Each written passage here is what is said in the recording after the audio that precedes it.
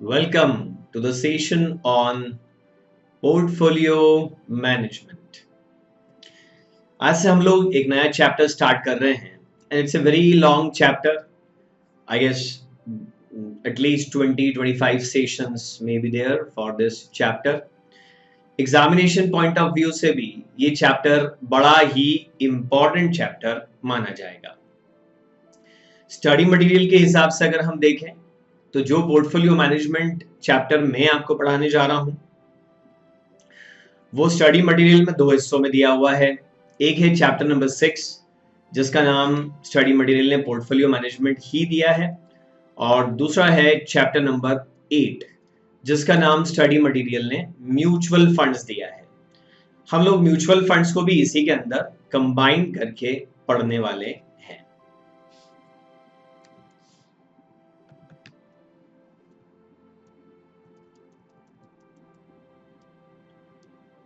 देखिए, portfolio word को सबसे पहले हम लोग समझने की कोशिश करें। What is a portfolio? अगर इसका डिक्शनरी मीनिंग आप देखने जाओगे तो वहां आपको लिखा हुआ मिलेगा a case for holding loose sheets of papers. कोई भी ऐसी चीज जिसमें बहुत सारी चीजों को इकट्ठा किया जा सके, बंच बनाया जा सके, उसको क्या कहा जाता है? पोर्टफोलियो। किसी अच्छे फोटोग्राफर के पास जाइए, वो आपको बोलेगा भाई साहब आपका पोर्टफोलियो बना दूं क्या मैं? मतलब वो आपके 5-10-20 एंगल से फोटो खींच देगा और अलग अलग तरह के फोटो बना करके बंच बना के आपको दे देगा। Now that is termed as portfolio. किसी भी बंच को हम लोग क्या कहते हैं?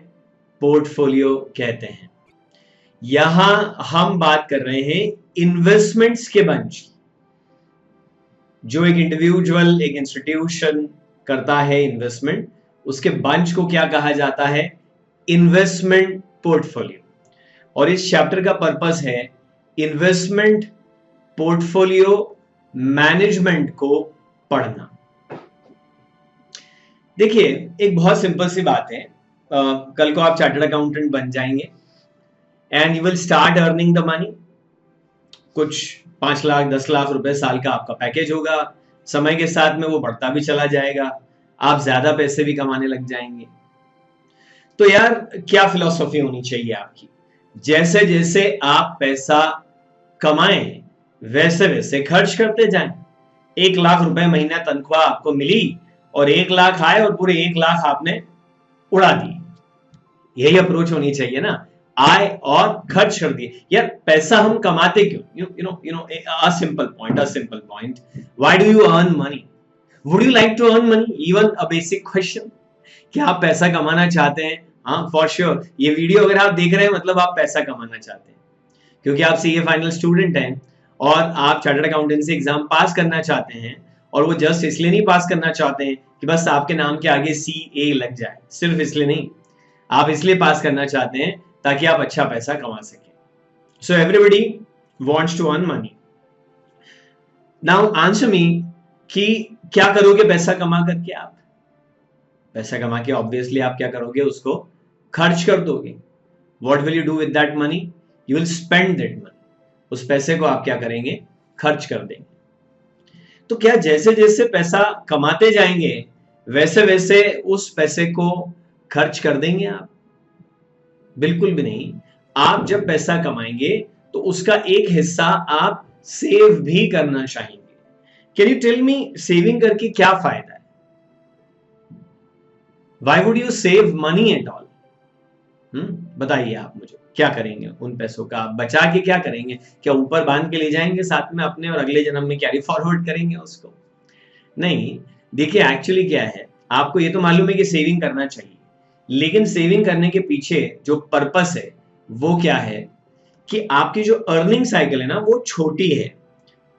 20-25, मान लो 25 साल की उम्र से आप पैसा कमाना शुरू करते हैं और 60 साल की उम्र तक आप पैसा कमाते हैं, तो अराउंड 35 इयर्स की क्या होगी? आपकी अर्निंग साइकिल होगी। और पैसा खर्च कब करेंगे? 0 to मान लो 100 साल की उम्र है आपकी, आप तो खुद ही शायद नहीं चाहते होंगे कि आपकी 100 साल की उम्र हो, पर चलो मानो कि हो। 0 to 100 years, 100 साल पैसा खर्च करेंगे। मान लो 80 साल की भी उम्र है आपकी, तो 0 to 80 years, 80 साल तक आप पैसा खर्च करेंगे, और जबकि कमाएंगे सिर्फ 35 साल के टाइम पीरियड के लिए। तो जो बचा हुआ टाइम पीरियड है, खासतौर से रिटायरमेंट वाला टाइम पीरियड, 60 to 80 वाला जो टाइम पीरियड है, वहां क्या करेंगे आप? कमा तो रहे नहीं होंगे, पर खर्च तो लगे होंगे बहुत सारे। Then what to do? उस केस में क्या किया जाए? कहां से पैसा लाएंगे? ऑब्वियसली आपकी अपनी सेविंग्स ही आपको काम में आएगी। दूसरा, ये जो 35 साल में आप पैसा कमा रहे होंगे ना, इसमें आप लगभग एक जैसा पैसा कमा रहे होंगे रिदम में। ऐसा नहीं होगा कि 3 साल में तो आपने 3 करोड़ कमा लिया और बचे हुए 3 साल में 0 कमाया, ऐसा नहीं होगा। आप ऐसा सिस्टमैटिक सा, थोड़ा बढ़ता हुआ सा पैसा कमाते रहेंगे। लेकिन कुछ साल ऐसे होंगे जब बड़े खर्च आएंगे, जैसे आपके बच्चों की एजुकेशन का बड़ा खर्च, वो एक फॉरेन यूनिवर्सिटी में पढ़ने जाना चाहते हैं। सर अभी तो हम खुद बच्चे हैं। अरे भाई, पर एक दिन तो ऐसा होगा जब आपको ये खर्च करना पड़ेगा। आपके बच्चों की शादी का खर्च। सर व्हाट अबाउट मेरी शादी का खर्च? अरे वो तो आपके पापा मम्मी है ना, उनकी पसंद से करना शादी, तो जरूर वो सारा खर्च उठा लेंगे। चिंता करने वाली कोई बात वहां पर नहीं है। बड़े खर्च आएंगे कुछ, भगवान न करे कुछ मेडिकल इमरजेंसीज हो जाए, बच्चों की एजुकेशन है, बच्चों की शादी है, इसके अलावा भी किसी साल में आपको कार खरीदनी है, किसी साल में घर बनाना है, तो कुछ बड़े खर्चे तो हमेशा लगे रहेंगे। क्या जिस साल आपको बड़ा खर्च करना होगा उस साल आपकी सैलरी अचानक से बढ़ जाएगी? नहीं ना। तो आपको धीरे धीरे करके पैसा जमा करना पड़ेगा, ताकि उस इवेंट पर फिर एक साथ आप वो पैसा खर्च कर सकें। This is how it happens. तो एक बात तो तय होगी कि अगर आप पैसा कमाते हैं तो आपको सेविंग करना भी जरूरी है। अब सेविंग करके उस पैसे को आप कहां पर रखोगे? That's a question. सेविंग करके आप उस पैसे को कहां पर रखोगे, ये एक सवाल उठता है। कहां रखोगे? तो यार इट्स समथिंग लाइक दिस कि वो पैसा आप अपना घर में एक नीचे बेसमेंट बनवा लो, अंदर तहखाना, और गुप्त सीढ़ियां अंदर उतरने की, और उसके अंदर एक तिजोरी स्ट्रॉन्ग वाली, और उसके अंदर जा करके पैसा डालते चले जाओ। Isn't it a very good idea? नहीं, आप अपने पैसे को आइडल नहीं रखना चाहोगे। यहाँ पे एक फिलॉसफी काम करती है कि पहले आप पैसों के लिए काम करिए और उसके बाद आपका पैसा आपके लिए काम करेगा। जिंदगी भर मैं ही पैसों के लिए काम करूंगा क्या? मेरा पैसा फुर्सत में घर पे तिजोरी में आराम से सोता रहेगा? नहीं भाई, पैसे को इतना ऐश तो मैं नहीं करने दूंगा। मैं पैसे को बोलूंगा मैं काम पे जा रहा हूं, तू भी काम पे जा, और तू और पैसे कमा के ला। मैं तो जा ही रहा हूं पैसे कमाने, मिस्टर पैसे आप भी जाइए और पैसे कमा करके लाइए। So why to keep your savings idle? Better to keep it invested. देखिए, इन्वेस्टमेंट तो आपको करना पड़ेगा, नहीं तो पड़ा पड़ा आपका पैसा रिड्यूस हो जाएगा, उसको दीमक लग जाएगी, जिसका नाम है इन्फ्लेशन। आज अगर आप 1 लाख रुपए सेव करके रख लेते हैं और 10 साल बाद उस 1 लाख रुपए को निकालते हैं, तो उस 1 लाख रुपए में वो बाइंग पावर ही नहीं होगी जो आज 1 लाख रुपए में बाइंग पावर है। You can not keep your money idle. आप अपने पैसे को बेकार नहीं रख सकते हो। आपको क्या करना पड़ेगा? उस पैसे को कहीं न कहीं पर तो काम पर भेजना पड़ेगा। एटलीस्ट इन्फ्लेशन से तो फाइट करे वो जा करके, और कुछ रिटर्न कमा के देगा तो आपको भी बड़ा मजा आएगा। अर्निंग साइकिल छोटी है, स्पेंडिंग साइकिल बड़ी है, तो अर्निंग के साथ सेविंग जरूरी है, but you can not keep your saving idle. Therefore you will have to keep your saving invested. कहीं पर जाकर के आपको अपना पैसा लगाना पड़ेगा, और एक जगह तो आप पैसा लगाएंगे नहीं, 4-6 तरह की जगह पर पैसा लगाएंगे। ये बंच ऑफ इन्वेस्टमेंट ही क्या कहलाएगा? पोर्टफोलियो। और इसी पोर्टफोलियो का मैनेजमेंट करना हम लोगों को सीखना है। Now the $1 million question is where to invest your money? कहां पर आप अपना पैसा लगाएंगे? सर मैं जमीन खरीद लूंगा। वेरी नाइस, गुड, अच्छा आइडिया है। मकान खरीदो, जमीन खरीदो, फ्लैट खरीदो, बंगलो खरीदो, रियल एस्टेट इन्वेस्टमेंट कहते हैं इसको हम। या फिर एक और कैटेगरी है, आप गोल्ड, सिल्वर, प्लेटिनम, डायमंड खरीदो, ज्वेलरी मतलब James and stones and precious metals में आप पैसा लगा सकते हैं। या फिर एक तरीका और भी है कि आप बैंक्स में फिक्स डिपॉजिट कर दो या कंपनियों के डिबेंचर्स खरीद लो। या फिर बहुत ज्यादा पैसा आ जाए और थोड़ा सा उसमें ब्लैक मनी का एलिमेंट हो तो स्विस बैंक में जमा कर दो, हालांकि वहां इंटरेस्ट कुछ नहीं मिलने वाला है आपको। खैर, देखो समझो इस बात को, और कहाँ पैसा लगा सकते हो आप। अभी आजकल की हालात ऐसे हैं कि जमीन का कामकाज तो रुका हुआ है, उसमें तो कोई खास अप्रिसिएशन है नहीं। गोल्ड भी काफी दिनों से कुछ खास चल नहीं रहा है। एक बार रैली पकड़नी थी, उसने 4-6 हजार के भाव से 30-32 हजार के भाव तक वो पकड़ ली। अब ऐसे ही थोड़ा बहुत इधर उधर चलता रहता है।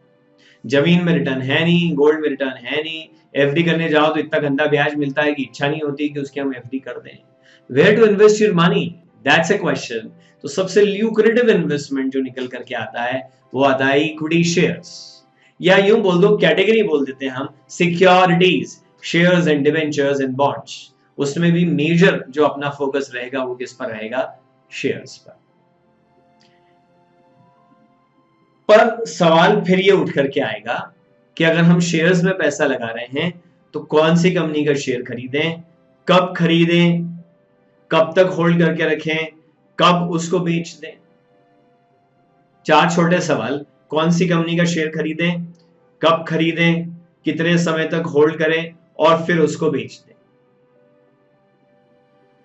सवाल बड़े छोटे सिंपल से हैं पर इनका जवाब बहुत टेढ़ा है। बड़े बड़े एक्सपर्ट भी आज तक इसका बहुत अच्छा जवाब नहीं दे पाए, और उसी जवाब को हम ढूंढने की कोशिश करेंगे इस चैप्टर में, which is titled as portfolio management. देखिए, इन्वेस्टमेंट तो आपको करना है, पर ऑब्जेक्टिव क्या है आपके इन्वेस्टमेंट करने का, आप क्यों इन्वेस्टमेंट कर रहे हैं? तो सबसे पहला कारण तो मैंने आपको बताया, रिटर्न। आप इसीलिए भाई, आप अपना पैसा अपनी तिजोरी में रखिए, उससे ज्यादा तो सेफ कुछ नहीं है यार, डूबेगा नहीं आपका पैसा, आपके पास सुरक्षित रहेगा। लेकिन प्रॉब्लम क्या है कि आप चाहते हैं कि मैं पैसा लगाऊं 1 लाख रुपए, 5 साल बाद जाऊं 2 लाख रुपए हो जाए, 3 लाख रुपए हो जाए, 4 लाख रुपए हो जाए। तो रिटर्न इन्वेस्टमेंट करने का सबसे पहला ऑब्जेक्टिव आपका क्या होता है कि आप रिटर्न कमाना चाहते हैं, और थोड़ा बहुत रिटर्न कमाने की इच्छा नहीं है आपकी, आपकी छप्पर फाड़ के रिटर्न कमाने की इच्छा है।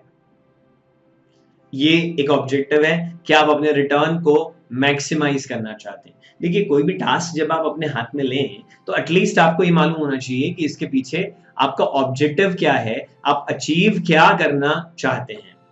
तो सबसे पहला तो हमने बोला कि हम रिटर्न चाहते हैं, और वो भी थोड़ा बहुत नहीं, 5-7% साल का नहीं, उतना कमाना होता तो बैंक में एफडी कर देता।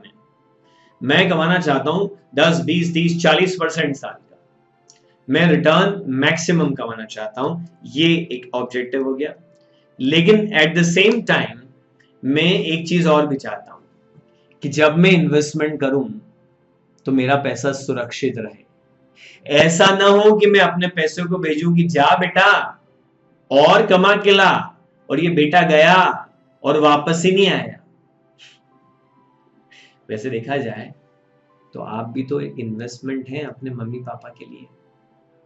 वो आपको आइडल नहीं रखते हैं, फालतू बैठ के टीवी नहीं देखने देते हैं, बोलते जा पढ़ाई कर, जा कुछ सीख, जा अपने पैरों पे खड़ा हो, जा पैसे कमा। और आप गए फिर वापस ही नहीं आए, इन्वेस्टमेंट डूब गया। ऐसा मत करना, है ना। मुद्दा ये है कि कहीं ऐसा ना हो कि आपका पैसा डूब जाए। रिस्क है यार, देखो आप किसी को भी पैसा दोगे ना तो देयर इज अ रिस्क कि उसकी नीयत खराब हो जाए, वो पैसा लौटाए ही ना, या उसकी नीयत अच्छी हो, उसकी हालत खराब हो जाए, वो लौटाने की स्थिति में ही ना हो। चाहे शेयर हो, डिवेंचर हो, जो भी कुछ हो, रिस्क इज ऑलवेज देयर। तो क्या करोगे आप? रिस्क को बढ़ाना चाहोगे या कम करना चाहोगे? ऑब्वियसली कम करना चाहोगे। You would like to reduce risk of your investment, या यू कहो you would like to increase safety. Safety चाहिए आपको, रिस्क नहीं चाहिए। तीसरा, ये भी बड़ा इंपॉर्टेंट ऑब्जेक्टिव है, लिक्विडिटी। जब चाहे तब आपका पैसा आपको मिल जाए। चलो मैं आपको एक शानदार इन्वेस्टमेंट अपॉर्चुनिटी बताता हूं। गवर्नमेंट ऑफ इंडिया मान लो एक बॉन्ड का इशू लेके आई है, गवर्नमेंट ऑफ इंडिया बॉन्ड्स का इशू लाई है, सेफ है आपका इन्वेस्टमेंट, रिस्क तो है ही नहीं, भारत सरकार ने जुबान दी है पैसा पक्का वापस मिले। तो सेकंड वाला ऑब्जेक्टिव फुलफिल हो गया, lower risk, minimum risk, zero risk, full safety. Return, अरे रिटर्न भी जोरदार है, 20% पर एनम इंटरेस्ट है, छप्पर फाड़ के गवर्नमेंट ऑफ इंडिया का 20%, अनाप शनाप है यार, ये तो बहुत ज्यादा है, मजा आ गया। बस एक ही कंडीशन है कि ये 500 इयर्स के ड्यूरेशन वाले बॉन्ड है और ये नॉन ट्रांसफरेबल है, इनको बाजार में बेचा नहीं जा सकता है, और पैसा आप ही को वापस मिलेगा 500 साल के बाद। बीच में ना तो आप बॉन्ड बेच सकते हो, ना सरेंडर करके पैसा वापस ले सकते हो, ना गिरवी रख के लोन ले सकते हो, और ब्याज पे ब्याज चढ़ता रहेगा, चढ़ता रहेगा, चढ़ता रहेगा, चढ़ता रहेगा, चढ़ता रहेगा, चढ़ता रहेगा, 500 साल बाद मिलेगा। वो ब्याज चढ़ेगा, उसके पहले तो आप चले जाएंगे ऊपर। Would you like to invest? Never, कभी भी नहीं। आप चाहते हो कि जब आप इन्वेस्टमेंट करो तो जब जरूरत पड़े आप अपना पैसा उसमें से निकाल सको, खर्च कर सको। खुदा ना खास्ता कोई अस्पताल में भर्ती हो गया, डॉक्टर बोल रहे हैं कि भाई 3 दिन के अंदर पैसों का इंतजाम करो या महीने भर के अंदर कर लो, अदरवाइज इनकी तबीयत बहुत बिगड़ जाएगी, शायद हाथ से ही निकल जाएंगे। और आपने जहां पैसा लगाया है उसकी मेच्योरिटी 5 साल बाद आ रही है और पहले किसी भी कीमत पे पैसा देने को तैयार नहीं है, ना उसके सामने लोन मिल रहा है इन्वेस्टमेंट के सामने। क्या काम का ऐसा इन्वेस्टमेंट जो वक्त पड़ने पर अपने ही काम में न आए। लिक्विडिटी भी हमको चाहिए, सेफ्टी चाहिए, लिक्विडिटी चाहिए, रिटर्न चाहिए। मजे की बात यह है कि तीनों एक साथ में नहीं मिलते हैं। ज्यादा रिटर्न कमाने की इच्छा रखो तो शेयर बाजार में लगा दो तो रिस्क बहुत बढ़ जाती है। सेफ्टी चाहिए तो गवर्नमेंट ऑफ इंडिया के बॉन्ड में लगा दो पैसा, पर फिर वहां पे रिटर्न किल हो जाता है। लिक्विडिटी चाहिए तो भी रिटर्न बढ़ता है। भाई सेविंग अकाउंट में पैसा रख लो ना, अपने करंट अकाउंट में रखो, बल्कि मैं तो कहता हूँ कोई रेस्ट्रिक्शन नहीं, दिन में 10 बार पैसा निकालो, 20 बार जमा करो, फुल लिक्विडिटी, जब चाहो जमा करो, जब चाहो निकालो, बट रिटर्न अंडा, जीरो। ये तीनों चीजों को एक साथ में बैलेंस करना इज एक्चुअली डिफिकल्ट, और एक पोर्टफोलियो मैनेजर को यही करना होता है। वैसे मैं आपको बता दूं कि रियल लाइफ में पोर्टफोलियो मैनेजर की जो पोस्ट है ना, वो बड़ी ऊंची पोस्ट है। कम से कम 2 करोड़ रुपए साल टाइप का पैकेज होता है उनका। Yes, you can also become portfolio manager, but you need to have depth of finance. खाली एग्जाम पास करने से नहीं चलता है ना। और कोई मैनेजमेंट कोर्स भी कर लो सीए के बाद तो फिर तो मतलब जरूर कर सकते हो आप। बहुत अच्छी अपॉर्चुनिटी है, करियर अपॉर्चुनिटी इस एरिया में, पोर्टफोलियो मैनेजमेंट। बड़े म्यूचुअल फंड में जाके बैठ जाओ, huge return you can earn, huge salary you can earn, better I say. Portfolio manager आप बनने जा रहे हैं इस चैप्टर में, कम से कम चैप्टर के पर्पज से। तो रिटर्न चाहिए, सेफ्टी चाहिए, लिक्विडिटी चाहिए। सर मैं क्या करूं, मतलब मेरे बस का नहीं है ये सब। देखो, ये आपको जब अपना पैसा इन्वेस्ट करना है ना, तो उसके 2 रास्ते हैं। एक तो खुद कर लो, और दूसरा किसी प्रोफेशनल के हाथ में दे दो, वो कर देगा। तो किसी भी काम को करने के लाइफ में 2 रास्ते होते ही हैं, खुद कर लो या किसी से करवा लो। आप बीमार पड़ गए, इलाज करवाना है, खुद कर लो या डॉक्टर के पास जाके करा लो।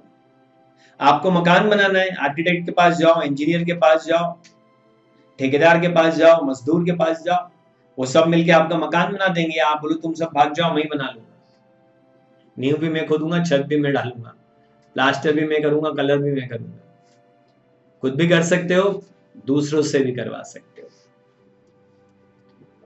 अगर आप खुद अपना इन्वेस्टमेंट करने जा रहे हैं तो आपके पास में ब्रॉडली 2 चॉइसेस हैं। देखो, हम इस चैप्टर में सिक्योरिटीज पर ही फोकस कर रहे हैं, रियल एस्टेट पर, बुलियन यानी कि गोल्ड सिल्वर पर, प्लेटिनम पर, डायमंड पर, पेंटिंग्स पर, आर्ट वर्क पर इन्वेस्टमेंट करना इस चैप्टर का पर्पस नहीं है। हम सिक्योरिटीज में इन्वेस्टमेंट करना सीख रहे हैं, यानी कि शेयर्स और डिबेंचर्स।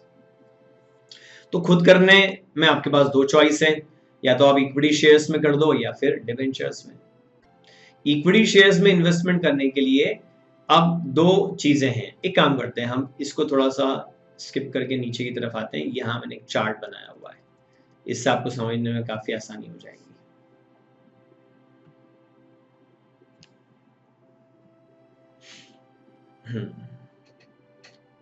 ये आप देखिए, आपको करना है इन्वेस्टमेंट।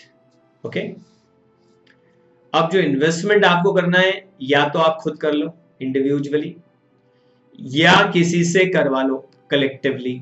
जहां सब करवाते हैं वहां आप भी इन्वेस्टमेंट कर लो।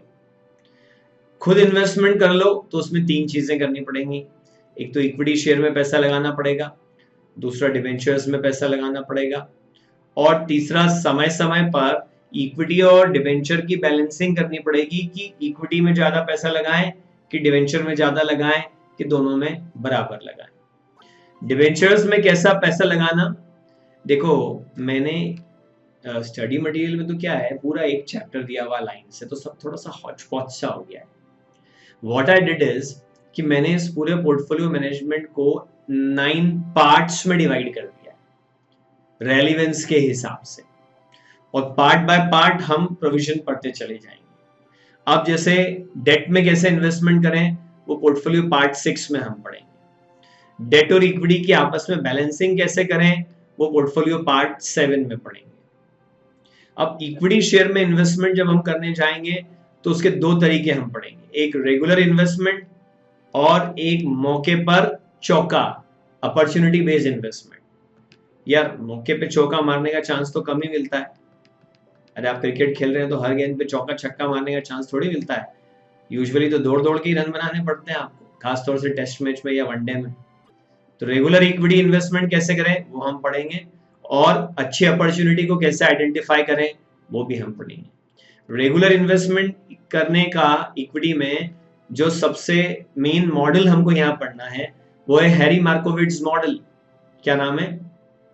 Harry Markowitz model. जो पोर्टफोलियो पार्ट 2 है वो सबसे बड़ा पार्ट है 9 पार्ट्स के अंदर, उसमें हमको यही पढ़ना है। फिर पार्ट 3 में हम लोग पढ़ेंगे शार्प पोर्टफोलियो ऑप्टिमाइजेशन मॉडल। पूरा एक फ्रेमवर्क ओवरव्यू दे रहा हूं मैं इस चैप्टर में हम क्या पढ़ने वाले हैं। अपॉर्चुनिटी बेस्ड इन्वेस्टमेंट, मौके पे चौका मारना हो तो उसके लिए एक तो हम पार्ट 4 पढ़ेंगे, CAPM capital asset pricing model, और साथ में थोड़ा सा मार्केट मॉडल भी पढ़ेंगे, ये पार्ट 4 में कवर्ड है। और फैक्टर वैल्यूएशन मॉडल जो कि छोटा सा चैप्टर है वो हम लोग पार्ट 5 में पढ़ेंगे। पार्ट 2, पार्ट 3, पार्ट 4, पार्ट 5, ये तो 4 किसके लिए हो गए? इक्विटी के लिए।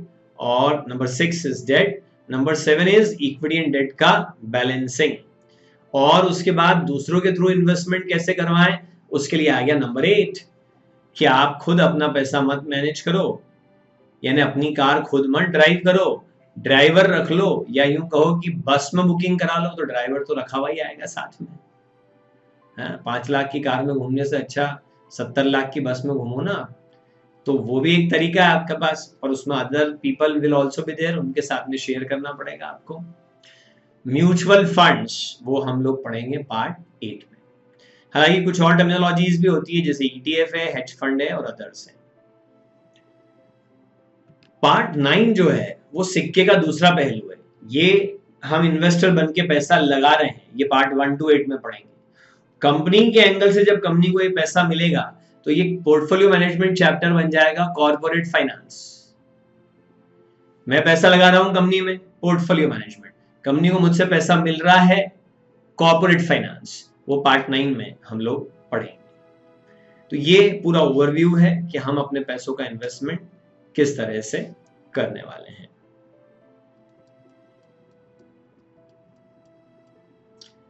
कुछ और भी थ्योरीज हैं, उनको हम लोग थोड़ा बाद में डिस्कस करेंगे, otherwise too much of theory will be there just to start. 1-2 दिन थोड़ा न्यूमेरिकल पढ़ लें, उसके बाद फिर हम लोग फिर से थोड़ा थ्योरी पढ़ लेंगे।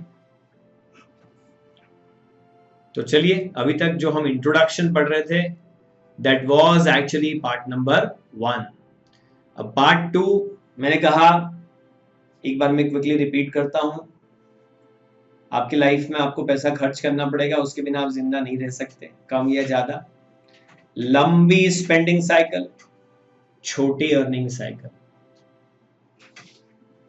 तो सेविंग करनी पड़ेगी, सेविंग को इन्वेस्ट भी करना पड़ेगा। इन्वेस्टमेंट खुद भी कर सकते हो, दूसरों से भी करवा सकते हो, चलो खुद करें। इन्वेस्टमेंट इक्विटी में भी कर सकते हो, डेट में भी कर सकते हो, चलो इक्विटी में करें। इक्विटी में रेगुलरली कैसे इन्वेस्ट करें और अपॉर्चुनिटी मिलने पर जोर का पैसा कैसे कमाएं, चलो अभी रेगुलर इन्वेस्टमेंट की बात करते हैं। रेगुलर इन्वेस्टमेंट के दो मॉडल, हैरी मार्कोविट्ज मॉडल और शार्प पोर्टफोलियो ऑप्टिमाइजेशन मॉडल। तो अभी पार्ट 2 में हम regular investment, equity, Harry Markowitz model पढ़ने वाले हैं। हैरी मार्कोविट्ज मॉडल तो बहुत बाद में आएगा, हम पहले स्टेप अप करेंगे इस चैप्टर में। कैसे स्टेप अप करेंगे? एक सिंगल शेयर का एक सिंगल ईयर का रिटर्न निकालना सीखेंगे। रिटर्न कैलकुलेट करना, डिसीजन आप रिटर्न से लेते हो ना, रिटर्न और रिस्क से। तो रिटर्न कैलकुलेट करोगे तभी तो कंपेयर करोगे कि इसका ज्यादा है और उसका कम है। सिंगल सिक्योरिटी का सिंगल ईयर का रिटर्न निकालना सीखेंगे। फिर सिंगल सिक्योरिटी का एवरेज रिटर्न और रिस्क कैलकुलेट करना सीखेंगे। फिर 2 सिक्योरिटीज के बंच का यानी कि पोर्टफोलियो का रिटर्न और रिस्क सीखेंगे। फिर 3 securities return risk, 4 securities return risk, n securities return risk. फिर बनेगा हैरी मार्कोविट्ज मॉडल का कर्व, फिर बनेगी उसकी एफिशिएंट फ्रंटियर।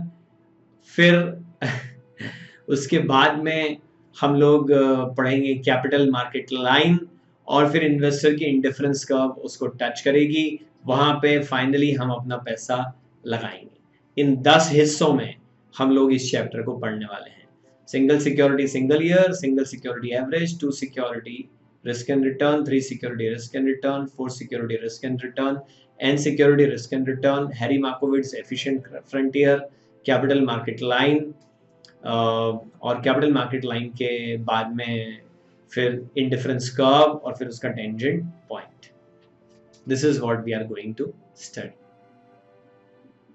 तो चलिए हम शुरू करते हैं सिंगल सिक्योरिटी के साथ में। आप देखिए यहां एक फॉर्मूला है। एक इकलौते शेयर में आपने पैसा लगाया 1 साल के लिए, तो उस 1 साल में आपको कितना रिटर्न मिला वो इस फॉर्मूला से कैलकुलेट होगा। R is equal to D1 plus P1 upon P0 minus 1। R मतलब रिटर्न हो गया, D1 मतलब dividend at the end of first year हो गया, P1 मतलब market price at the end of first year आ गई, और P0 मतलब market price at the beginning of first year यानी 0 ईयर पे आ गया। देखो यार बहुत सिंपल लॉजिकल सा फंडा यहां पे काम करेगा। हम एक एग्जांपल बना लेते हैं। मान लो हमको रिटर्न कैलकुलेट करना है। असल में एक शेयर में हमने 200 रुपए का इन्वेस्टमेंट करा और साल के एंड पे वो शेयर 220 रुपए का हो गया, प्लस हमको इस शेयर ने इस साल 10 रुपए डिविडेंड भी दिया। फॉर्मूला में अगर हमने रखा तो 230 अपॉन 200 विल बी 1.15।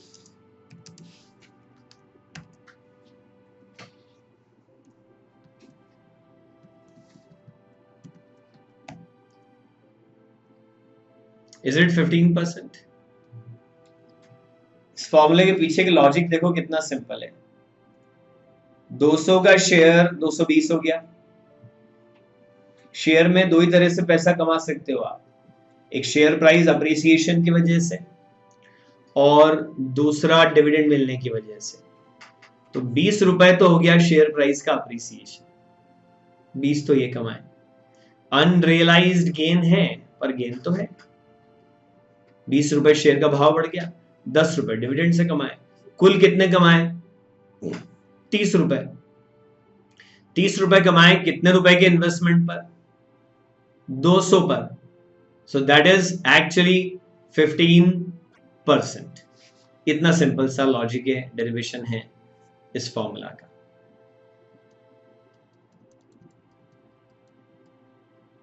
चलो एक छोटा सा क्वेश्चन आप क्विकली सॉल्व करके बताओ। क्विकली मतलब कैलकुलेटर पे नहीं, कॉपी पे लिख कर ढंग से बताओ सॉल्व करके।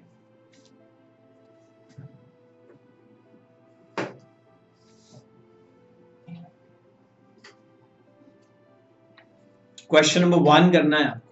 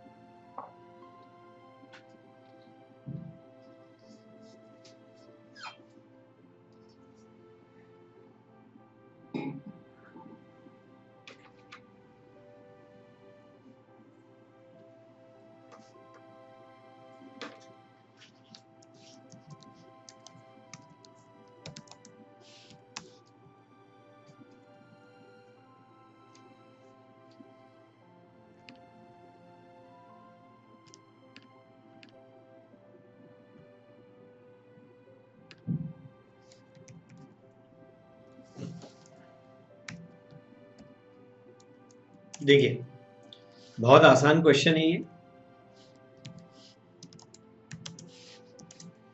इसमें आपको क्या बोला गया कि $50 में आपने शेयर खरीदा। भाई डॉलर देख के ये मत समझना कि फॉरेन एक्सचेंज का क्वेश्चन है, तो डॉलर में ही चालू होकर डॉलर में ही खत्म हो रहा था, नॉर्मल क्वेश्चन है। $2 का डिविडेंड मिला और आखिरी में $45 की प्राइस हो गई, मतलब प्राइस एक्चुअली गिर गई है, यहाँ पर कम हो गई है। So that is actually 47 and 47 divided by 50 minus 1 is equal to 6%.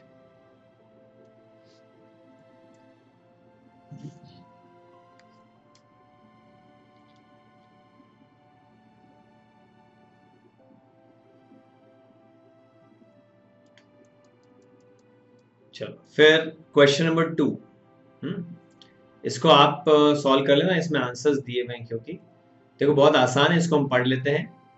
Suppose A US treasury bill maturing in 1 year can be purchase today for $92,500।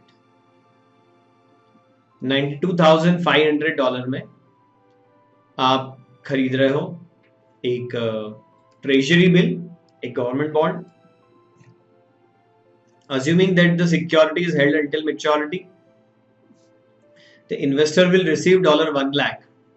तो पता है इसमें सॉल्व मत करो, अभी P0 हो गया 92,500 और P1 हो गया 1 लाख और D1 कुछ भी नहीं है क्योंकि कोई इंटरेस्ट कोई डिविडेंड तो आपको कुछ मिल ही नहीं रहा है। ट्रेजरी बिल का नेचर यही होता है कि उसमें इंटरेस्ट नहीं मिलता, issued at discount redeemed at par. निकाल लेना इसका रिटर्न। फिर एक कंपनी का बॉन्ड है जो आप $975 में खरीद रहे हैं, उसके बाद $70 का आपको मिलने वाला है इसके ऊपर इंटरेस्ट और $1,000 की मिल जाएगी रिडम्पशन प्राइस। तो P0 975 हो जाएगा, D1 की जगह पे 70 आ जाएगा और P1 की जगह पे 1000 आ जाएगा। फिर पूछ रहे हैं कि रिस्क प्रीमियम कितनी है। बहुत सिंपल बात है, ये एक कंपनी का बॉन्ड है तो इसमें रिस्क है, ये गवर्नमेंट का ट्रेजरी बिल है तो इसमें रिस्क नहीं है, तो इन दोनों के बीच का जो डिफरेंस है वही क्या कहलाएगा, रिस्क प्रीमियम। ये देखो ना आंसर से पता चलेगा। रिस्क फ्री सिक्योरिटी पे आप कमा रहे हैं 8.11, कंपनी बॉन्ड पे आप कितना कमा रहे हैं 9.74, तो एक्स्ट्रा रिटर्न कितना कमा रहे हैं कंपनी बॉन्ड पे 1.64।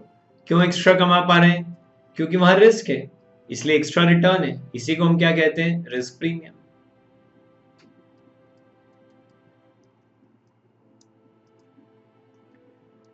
चलो फिर अब इसके बाद में question number 3। A mutual fund had a net asset value of ₹50 at the beginning of the year. During the year a sum of ₹4 was distributed as income besides ₹3 as capital gain distribution. एक mutual fund की unit आपने $50 में खरीदी, पहले साल में ही mutual fund ने ₹4 तो आपको बांटा डिविडेंड के नाम से कि ये लो डिविडेंड, और ₹3 बांटा कैपिटल गेन डिस्ट्रीब्यूशन के नाम से, ये लो कैपिटल गेन डिस्ट्रीब्यूशन। यार नाम कुछ भी हो, चाहे उसका नाम डिविडेंड हो, चाहे उसका नाम कैपिटल गेन डिस्ट्रीब्यूशन हो, चाहे उसका नाम इंटरेस्ट हो, चाहे उसका नाम कुछ भी हो, वो मेरे घर जो कैश भेज रहे हैं उसको मैं D1 की जगह पे रखूंगा कि इतना तो उन्होंने मुझे दे ही दिया, और जो प्राइस हो जाएगा eight the end of the year वो P1 की जगह पर आ जाएगा 55। तो बोल रहे हैं आपको calculate total return for the year. चलो करके देख लेते हैं, आसान क्वेश्चन है बहुत ही।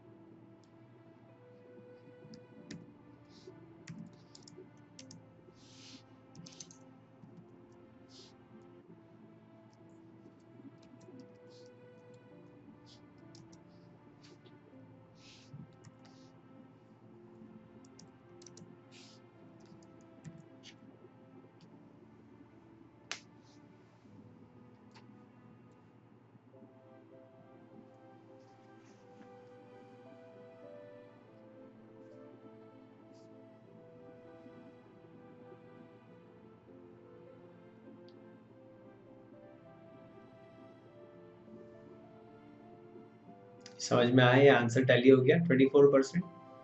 50 का 55 हो गया, 5 तो वही कमा लिए, 4 3 7 बांट दिया हमको, घर पे आ गया वो पैसा, 7 5 12 कमा लिए, 12 कमा लिए कितने पर? 50 पर। तो एक इन्वेस्टमेंट में, एक सिक्योरिटी में, एक साल में कितना रिटर्न कमाया वो निकल आया।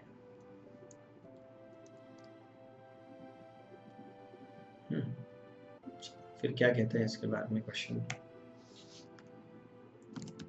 इसको सॉल्व करते हैं हम।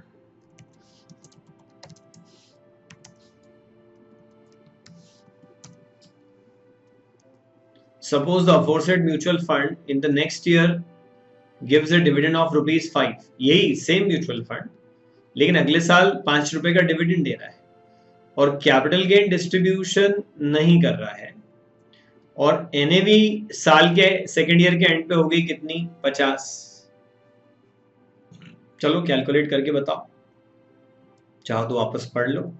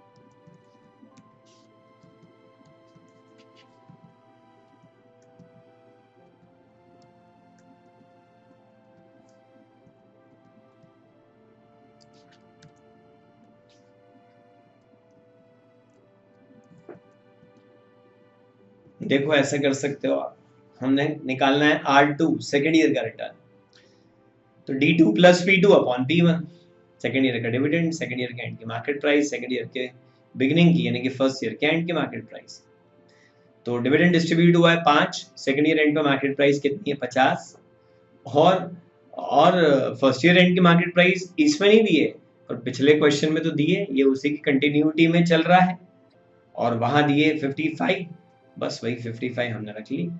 55 का शेयर 50 हो गया यूनिट, 5 का नुकसान और 5 डिविडेंड बच गया, तो 5 का फायदा। नेट हिसाब जो आ गया वो कितना आ गया? 0। अब क्वेश्चन नंबर 5 आप लोग सॉल्व कर लेना, इजी क्वेश्चन है बहुत। सो एक तो मैंने इसको होमवर्क मार्क कर देना है, क्वेश्चन 5 को, और एक क्वेश्चन 2 को।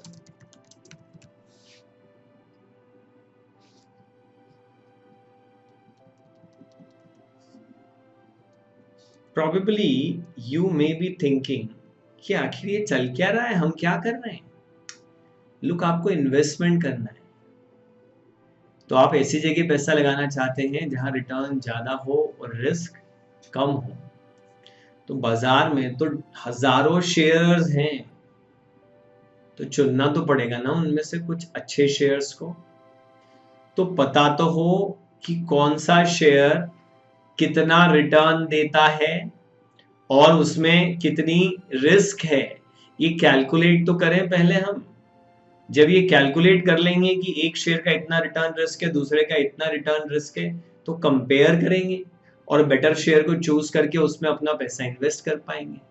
सो we are learning to calculate return and then we will learn to calculate risk of a single security.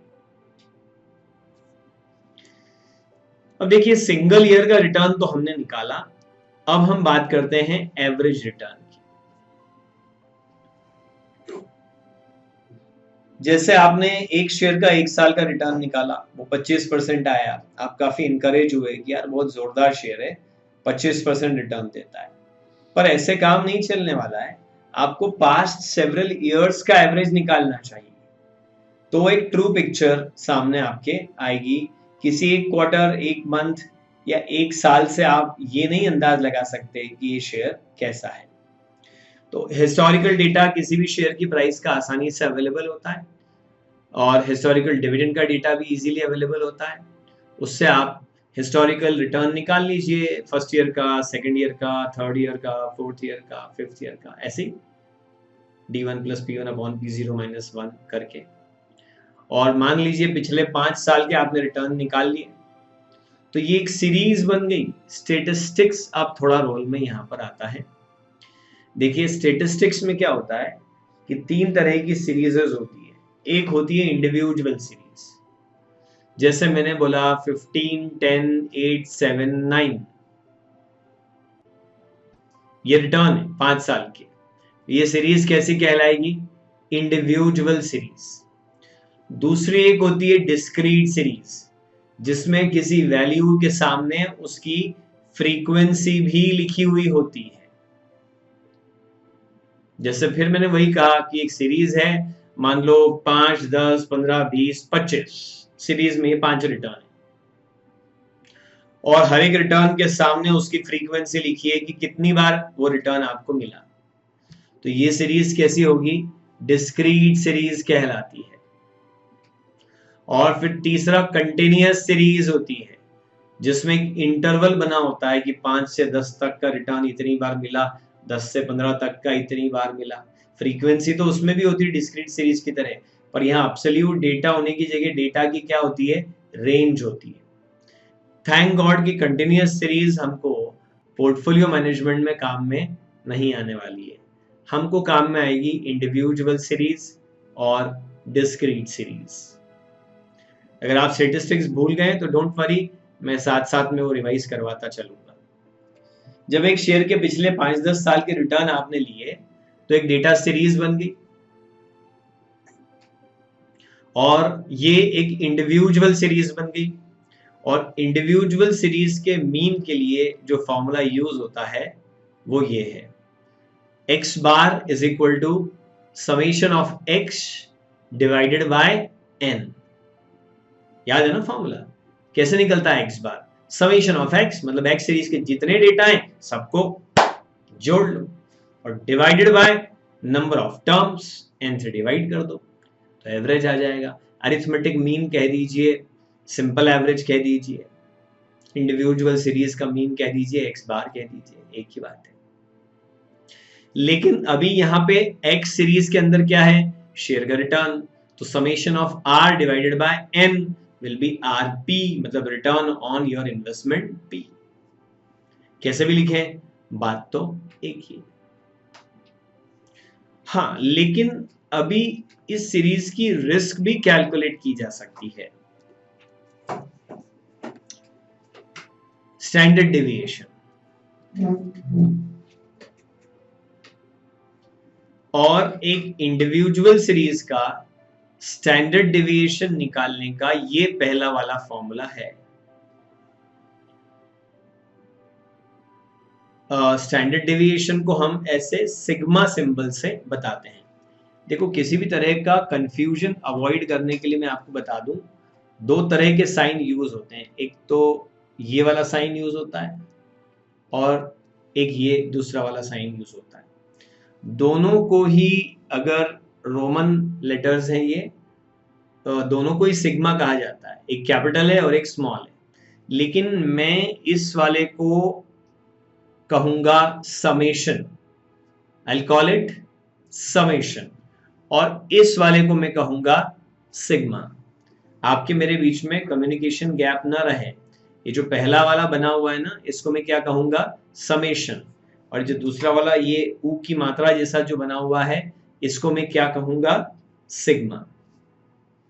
Confusion नहीं होना चाहिए, ये हम मान करके चलते हैं कि ऐसे हमको बात करनी है। तो सिग्मा यानी कि standard deviation is equal to under root of summation of x minus x bar square divided by n. ये आपने स्टैंडर्ड डेविएशन निकाला with the help of mean. सुनिए, एक शेयर ने पिछले 5 साल में रिटर्न दिया 15, 11, 8, 7, 18, मतलब कोई फिक्स रिटर्न नहीं दिया, कभी कम दिया कभी ज्यादा। तो कोई पूछ ले कि इस शेयर का रिटर्न कितना है, तो हमको इस इंडिविजुअल सीरीज का क्या निकालना पड़ेगा, मीन। कोई पूछ ले कि इस शेयर की रिस्क कितनी है, तो उसके लिए हमको इस इंडिविजुअल सीरीज का निकालना पड़ेगा स्टैंडर्ड डेविएशन। क्या निकालना पड़ेगा, स्टैंडर्ड डेविएशन। स्टैंडर्ड डेविएशन निकालने के दो फॉर्मूला होता है, एक विथ मीन होता है जिसमें ये एक्स बार को आप माइनस कर रहे हैं, और एक दूसरा ये वाला जो फॉर्मूला है, this one, this is without mean. एक बिना मीन वाला फॉर्मूला भी होता है जिसमें what do you do is summation of x squares upon n minus summation of x upon n का होल स्क्वायर। ये फॉर्मूलाज लिख के याद करेंगे तो अच्छा रहेगा। चलो बोल के तो देख लें एक बार। इंडिविजुअल सीरीज का मीन कैसे होता है, summation of x upon N, X bar equal to summation of x upon N. Standard deviation with mean कैसे निकलता है, sigma is equal to X minus x bar का होल स्क्वायर, उसका summation divided by N, उसका under root. यही without mean मतलब X bar minus किए बिना स्टैंडर्ड डिविएशन निकालना है, तो summation of x squares divided by n minus summation x upon n का होल स्क्वायर और पूरे का अंडर रूट। एक क्वेश्चन करते हैं ताकि थोड़ा पहले तो आपका हाथ सेट हो जाए कैलकुलेशन के ऊपर, फिर मैं आपको फर्दर एक्सप्लेनेशंस भी दूंगा। ये रहा एक क्वेश्चन, क्वेश्चन नंबर 6।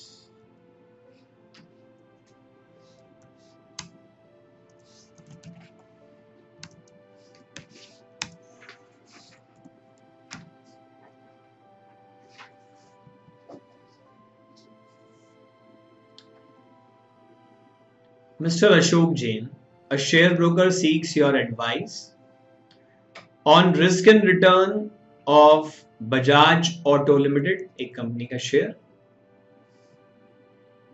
ये पूछ रहे हैं आपसे कि जरा भाई साहब बताएंगे बजाज ऑटो का रिस्क और रिटर्न कितना है। And TISCO, from the website of Economic Times you gather the following information about returns of two companies.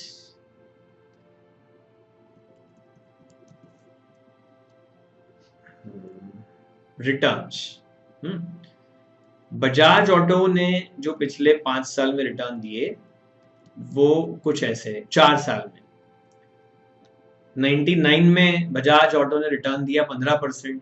Sir ये 15% कैसे आया? अभी देखा था ना बेटा, D1 plus P1 upon P0 minus 1 वैसे। फिर ईयर 2000 में बजाज ऑटो का रिटर्न था 10%। फिर 2001 में नेगेटिव रिटर्न दिया है। भला कोई शेयर नेगेटिव रिटर्न दे सकता है क्या? जरूर।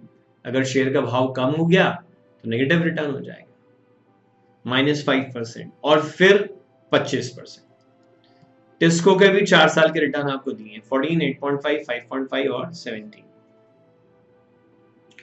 पूछ रहे हैं कि इन दो में से अगर एक कंपनी का शेयर खरीदना हो तो कौन सी कंपनी का शेयर ले लें? तो यार हम क्या करेंगे, दोनों का मीन कैलकुलेट करेंगे, दोनों का स्टैंडर्ड डेविएशन भी कैलकुलेट करेंगे,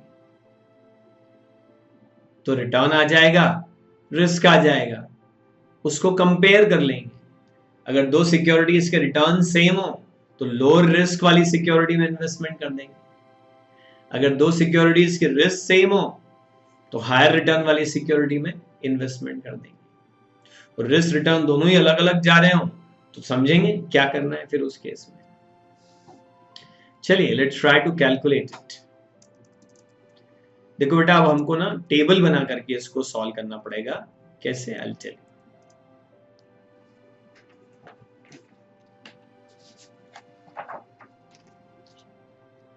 नोट्स की कॉपी में भी जरा अपने साथ में रख लो, सो दैट मुझे बार बार पेज अप पेज डाउन नहीं करना पड़ेगा।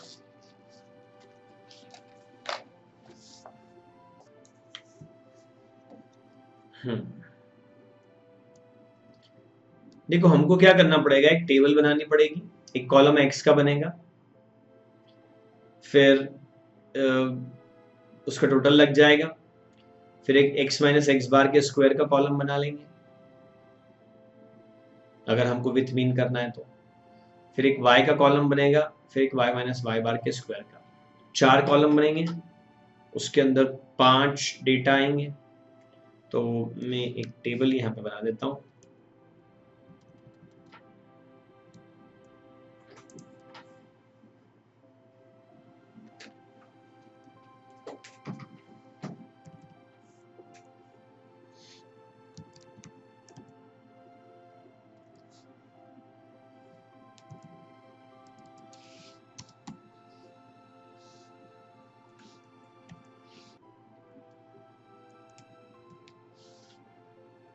पहले हम एक एक्स सीरीज ले लेते हैं और उसमें हम एक्स माइनस एक्स बार का स्क्वायर कर लेंगे। यहाँ पे हमको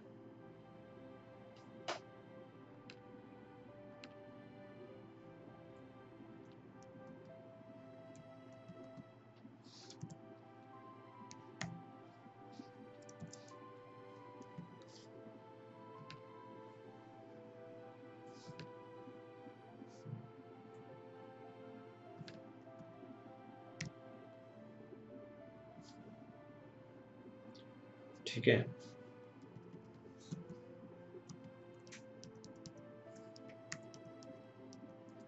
फिर एक y सीरीज हो गई,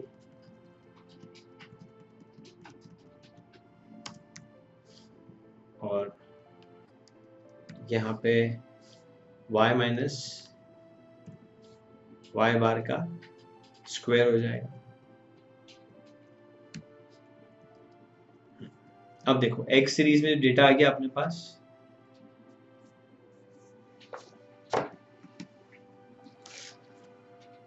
वो हो गया 25 एंड -5, और उसके बाद में 10, और उसके बाद में 15।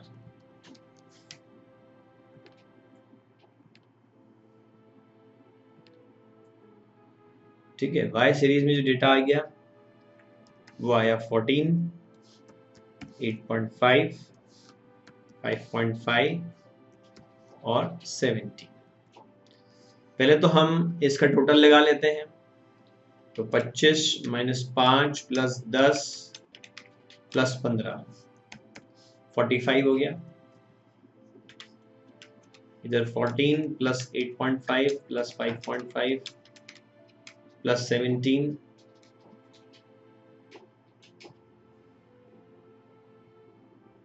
क्या ये 45 होता है? ये भी ओके।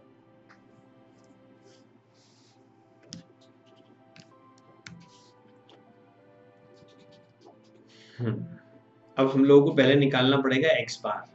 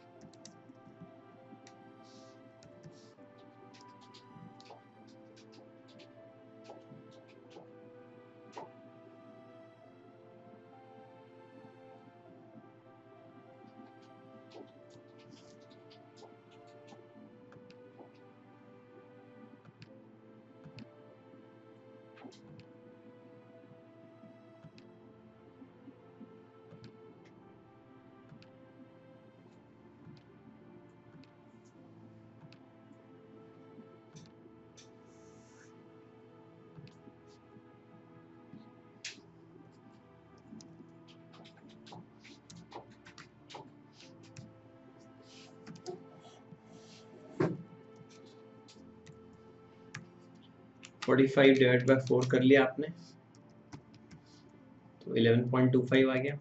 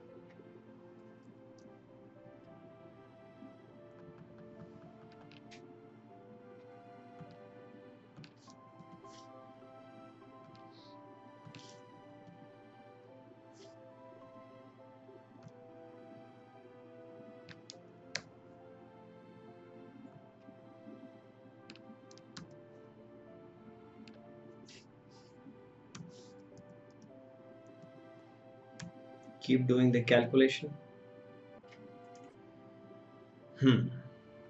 आपको क्या करना है अब यहाँ पे 25 में से माइनस करना पड़ेगा 11.25 और उसका करना पड़ेगा आपको स्क्वायर।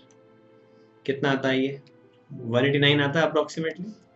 कैलकुलेटर में तो हम फुल डिजिट में रखेंगे, यहाँ राउंड ऑफ करके रख लेते हैं।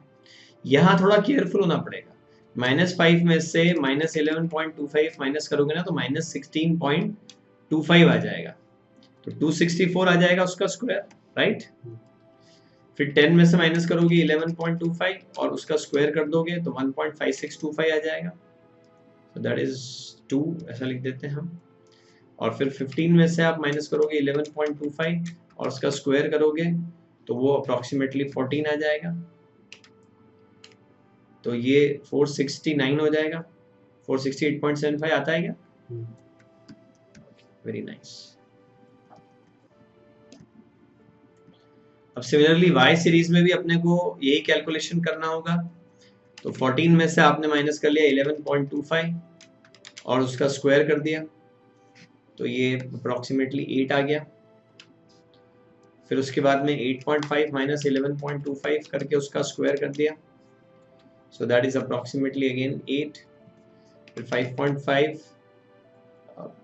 माइनस 11.25 उसका स्क्वायर कर दिया, सो दैट इज 33।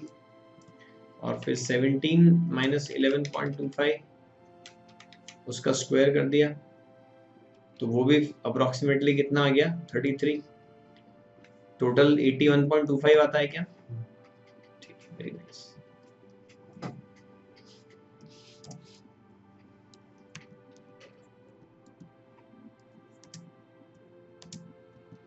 हम्म,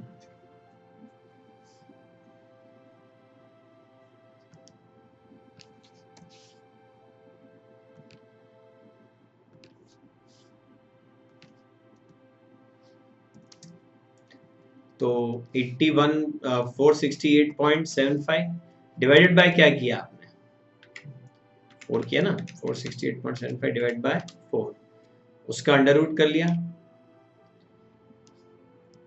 तो कितना आया 10.83।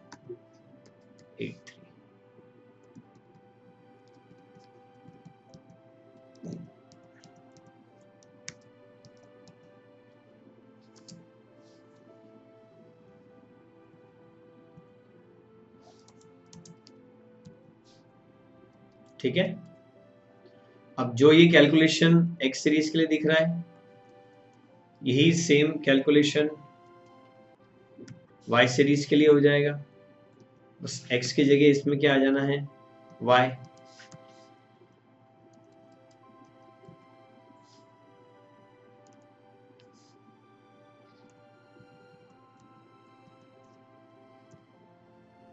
यहाँ टोटल कितना 81.25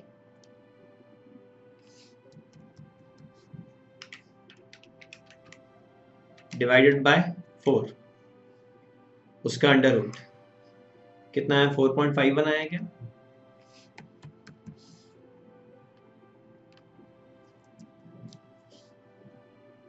ये देखिए।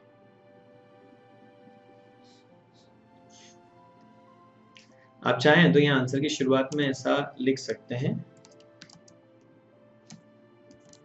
Let's say that return on Bajaj Auto is X series and return on Tisco is Y series.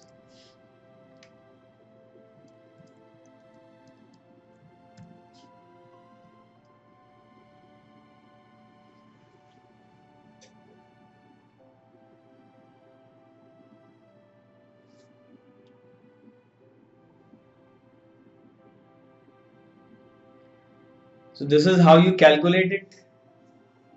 अब एक बड़ी इंपॉर्टेंट चीज पे हम लोग आते हैं, एक डिसीजन तो चलो ठीक है आ ही जाएगा कि दोनों का रिटर्न सेम है 11.25 और बजाज ऑटो का जो रिस्क है वो कम है, सॉरी बजाज ऑटो का रिस्क ज्यादा है 10.83 है और 4.51 इसका रिस्क जो है दूसरे वाले का कम है।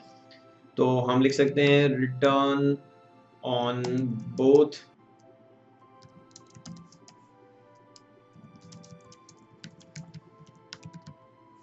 securities are same but Tisco has lower risk,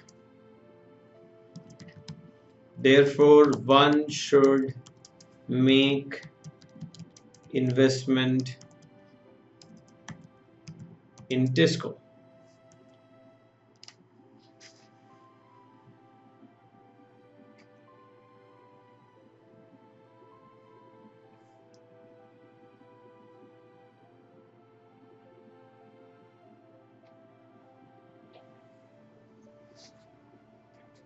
चलो थोड़ा स्टेटिस्टिक्स का इंटरप्रिटेशन हम सीखें, हालांकि स्टेटिस्टिक्स तो आपने सीपीटी में पढ़ा था, लेकिन अब सीए फाइनल में ये बड़े काम का है, खासतौर से पोर्टफोलियो मैनेजमेंट में तो स्टेटिस्टिक्स भरा पड़ा है। देखो क्या इंटरप्रिटेशन है जरा समझो। बजाज ऑटो का एवरेज रिटर्न आया 11.25, कैसे आया वो, एक साल तो बजाज ऑटो ने 25% रिटर्न दिया, एक साल तो घाटे में पटक दिया -5%।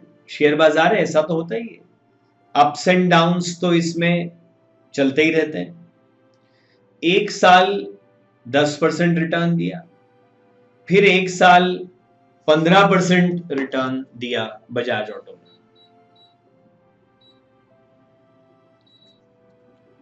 तो यार ये क्या है यार, किसी ने पूछा, मान लो आप बजाज ऑटो के डायरेक्टर हैं, किसी ने पूछा कि भाई साहब ये आपकी कंपनी कितना रिटर्न कमा के देती है, बोले कभी 25, कभी -5, कभी 10, कभी 15।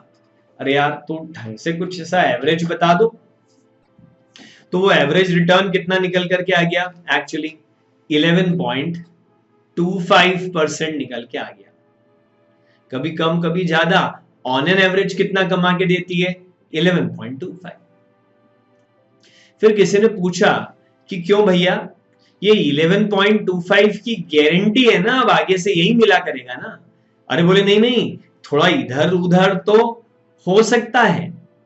कितना इधर उधर हो सकता है, 10.83% इधर उधर हो सकता है।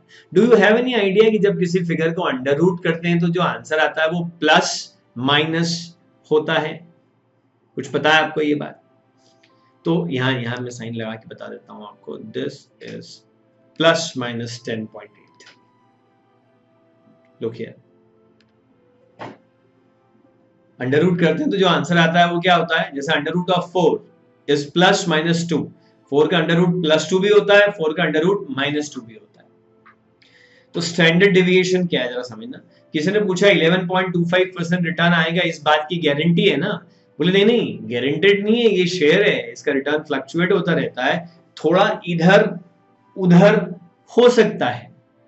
तो बोले यार कितना इधर उधर?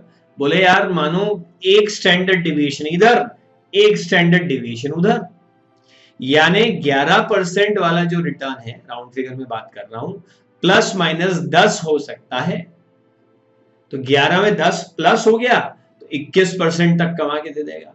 11 में 10 माइनस हो गया तो सिर्फ 1% पे जाके लटक जाओगे। तो ये स्टैंडर्ड डिविएशन इस रेंज को एक्चुअली बताता है।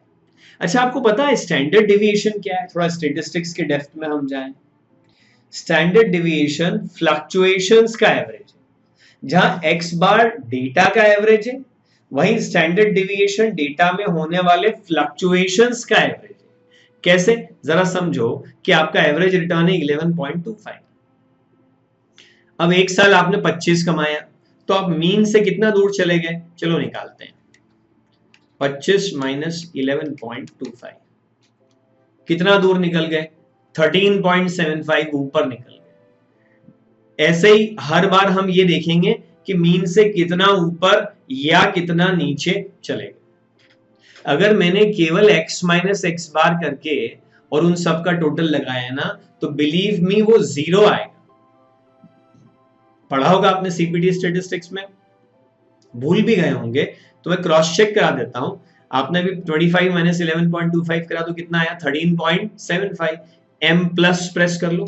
जैसे m प्लस प्रेस करोगे तो कैलकुलेटर की स्क्रीन पर किसी कोने में m लिखा हुआ दिखने लग जाएगा, ठीक है। फिर -5 साइन लगा ना, -5 माइनस 11.25, तो कितना दूर निकल गए आप मीन से? 16.25 नीचे। क्या -16.25 दिख रहा है स्क्रीन पर? पहले 5 टाइप करो, फिर एक प्लस ऑब्लिक माइनस का स्विच होगा, उसको टाइप कर लो, व्हाइट वाला स्विच होगा। फिर -11.25 कर लो, तो कितना आ गया? -16.25।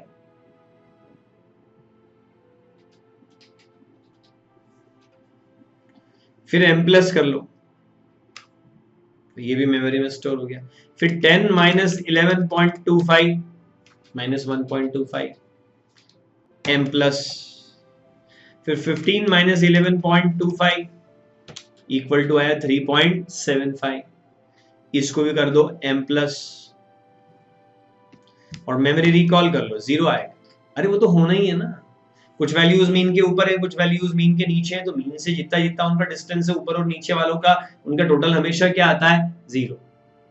इस 0 को अवॉइड करने के लिए पता है क्या किया जाता है कि ये देखो यहां स्क्रीन पर x माइनस एक्स बार तो करते हैं, पर ये साइन का इंपैक्ट खत्म कर दो, प्लस और माइनस साइन का, तो ये 0 नहीं हो पाएगा।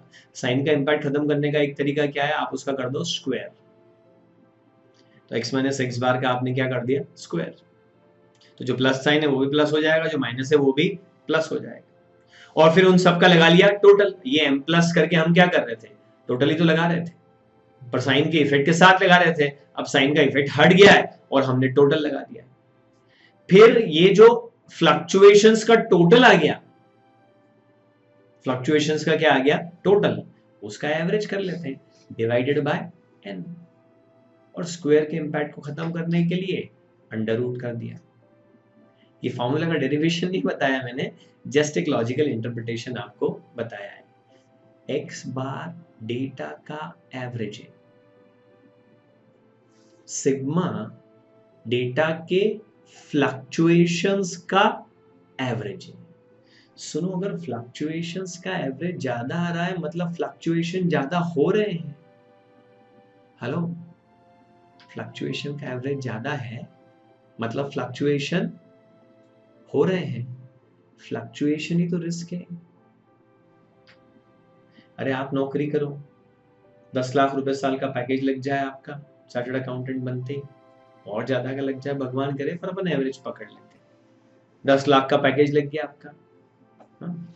आपने पूछा इंटरव्यूअर से, इंटरव्यूअर ने आपसे पूछा what salary package do you expect, आपने बोल दिया 10 लाख, उसने बोला जरूर मिलेगा, पर क्या है कि परफॉर्मेंस बेस्ड आपको मिलेगा। अगर कंपनी में प्रॉफिट नहीं आया तो हम आपको कम देंगे, और आया तो ज्यादा देंगे। मतलब एक्चुअली 0 से 20 लाख के बीच आपका पैकेज फ्लक्चुएट होगा। हर महीने की जो सैलरी है वो 0 से 20 लाख के पैकेज के हिसाब से फ्लक्चुएट होगी। परफॉर्मेंस खराब आया तो 0 सैलरी, अच्छा आया तो 20 लाख का पैकेज भी मिलेगा। एवरेज तो इसका भी 10 ही है, पर जब एवरेज 10 है फिर भी ये किसी काम का नहीं, 0 आ गया तो वुड यू लाइक, क्या प्रेफर करोगे आप? एक नौकरी है 10 लाख फिक्स्ड, एक नौकरी है 0 से 20 और सबकी इक्वल प्रोबेबिलिटी 0 से 20 के बीच की, क्या पसंद करोगे? 10 लाख फिक्स लेना या 0 से 20 का वेरिएबल लेना? 10 लाख फिक्स का स्टैंडर्ड डिविएशन 0 है ना, इधर जाता है ना उधर, लेकिन 0 से 20 का मीन तो 10 ही है, पर स्टैंडर्ड डिविएशन है मीन से इधर उधर सब जगह फ्लक्चुएट हो रहा है। फ्लक्चुएशन में तो रिस्क है बेटा।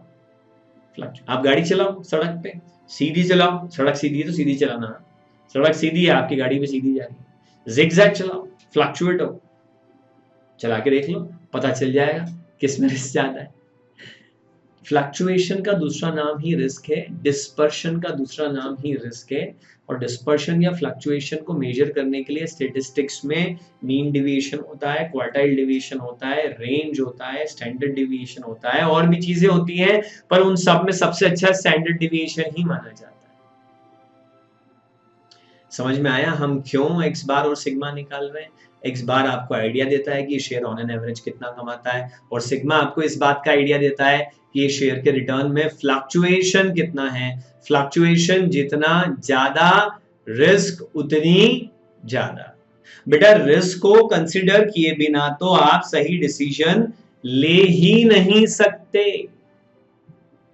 और एक बड़ी इंटरेस्टिंग बात बताता हूं मैं, बरसों पहले मैंने बीकॉम की किसी सीरीज में पढ़ी थी, तो सीरीजेस आती है ना की यशराज सीरीज टाइप से अलग अलग सीरीजेस आती हैं, तो उसमें स्टैटिस्टिक्स का एक क्वेश्चन था थ्योरी का, कुनबा क्यों डूबा? क्या बोला? कुनबा, कुनबा मतलब परिवार, क्यों डूबा? फिर सवाल ऐसे चालू होता है उसमें कि भाई एक परिवार के लोग थे, वो एक गांव से दूसरे गांव जा रहे थे, रास्ते में एक नदी पड़ती थी, उनको तैरना नहीं आता था, पर परिवार के मुखिया ने स्टैटिस्टिक्स पढ़ा था और उसको एक्स बार यानी कि मीन कैलकुलेट करते आता था। उसने नदी किनारे बैठे आदमी से पूछा, क्यों भाई ये नदी कितनी गहरी है? उसने बोला किनारों पर 2 फीट है और बीच में 8 फीट है। भाई ने मीन निकाल लिया, 2 + 8 divided by 2, x bar is equal to 5 feet. Average depth of the river 5 feet, average height of family members 5.5-6 feet, और कुनबा जिसको तैरते नहीं आता था वो चल पड़ा और आपसे पूछा कुनबा क्यों डूबा? क्योंकि उनका ज्ञान अधूरा था, उन्होंने एक्स बार यानी कि मीन तो निकाला, बट सिग्मा यानी कि स्टैंडर्ड डिविएशन कैलकुलेट नहीं करा। बेटा सिग्मा फ्लक्चुएशंस के का मीन है कि ऑन एन एवरेज इतना फ्लक्चुएशन होता है, ठीक है? तो किसी ने पूछा भैया बजाज ऑटो में क्या कमा लेते हो, आपने बोला 11, बोले पक्का 11 ना, अरे नहीं, बोले भाई 10% इधर उधर हो जाएगा, 11 प्लस माइनस 10।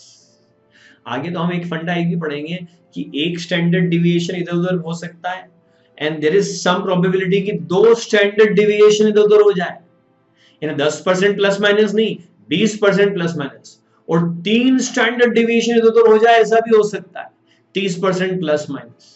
हालांकि उसकी प्रोबेबिलिटी कम होती चली जाएगी। 1 स्टैंडर्ड डिविएशन फ्लक्चुएट होने की प्रोबेबिलिटी 68%, 2 स्टैंडर्ड डिविएशन फ्लक्चुएट होने की 95% कवर हो जाता है।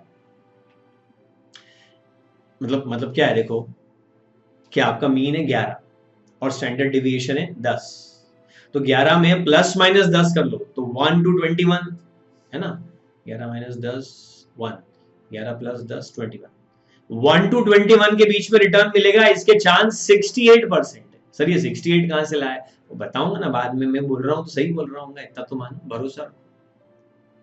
और 2 स्टैंडर्ड डिविएशन फ्लक्चुएट हो जाए 20%, तो 11 प्लस 20 हो गया 31, 11 माइनस 20 हो गया -9, -9 और 31 के बीच में रिटर्न है, इसकी प्रोबेबिलिटी 95%।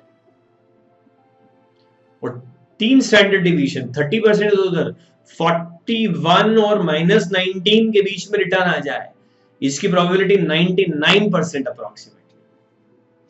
सुनो सुनो सुनो, फिर से कहानी सुनाता हूं बेटा। कैलकुलेशन कर लेना तो दुनिया का सबसे आसान काम है, इंटरप्रेट करना ही तो मुश्किल होता है, उसी के लिए तो मैं हूं। बाकी तो प्रॉब्लम एंड सॉल्यूशन की बुक छपी भरी पड़ी है बाजार में, देख लेना उसको, सब समझ में आ जाएगा। तो what I was telling you is कि बजाज ऑटो ने एवरेज 11% डाउन फिगर में बोल रहा हूं, एवरेज 11 कमाया। आपसे पूछा श्योर 11 पक्का, अरे बोले नहीं नहीं, एक स्टैंडर्ड डिवीजन इधर उधर जा सकता है, यानी 1 और 21 के बीच जा सकता है। बोले 1 और 21 की तो गारंटी देते हो ना, बोले नहीं गारंटी नहीं है, 68% प्रोबेबिलिटी है। और -9 और 31 के बीच की गारंटी देता हूं 95% की प्रोबेबिलिटी की। और -19 और 41% के बीच में रिटर्न कमाओगे, उससे कम या ज्यादा नहीं कमाओगे, इसकी मैं प्रोबेबिलिटी बताता हूँ 99, लगभग लगभग। ये जेड टेबल से लाया हूं मैं, 68, 95, 99। जेड टेबल होती है standard normal probability distribution table, वहां से लाया हूं ये फिगर उठा के। एनीवेज, तो अब इसका 11 रिटर्न में 10 का फ्लक्चुएशन है, और इसके 11 रिटर्न में सिर्फ 4 का ही फ्लक्चुएशन है। तो यार इसमें सर्टेनिटी ज्यादा है ना, इधर उधर गया भी तो ज्यादा नहीं भागेगा, इधर उधर थोड़ा उधर। बजाज ऑटो तो भाग के पता नहीं कहां कहां जा रहा है। ये भाई साहब थोड़ा सा फिर भी रेंज में टिस्को, इसलिए TISCO is a better investment.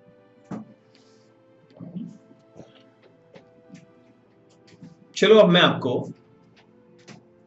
वो दूसरे वाले फॉर्मूले से भी तो एक बार स्टैंडर्ड डेविएशन बता दूं।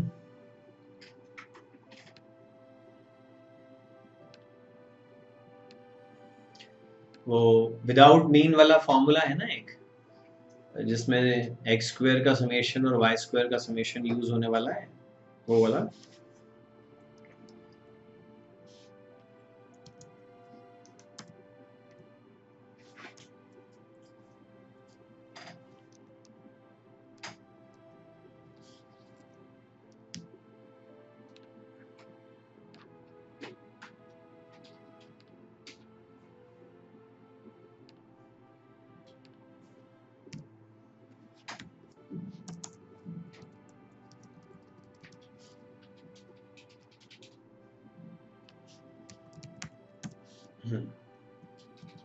I'll just tell you what to do.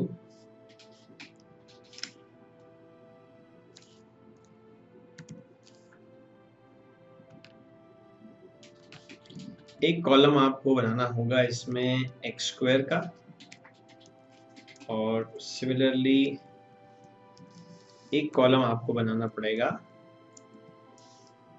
Y square.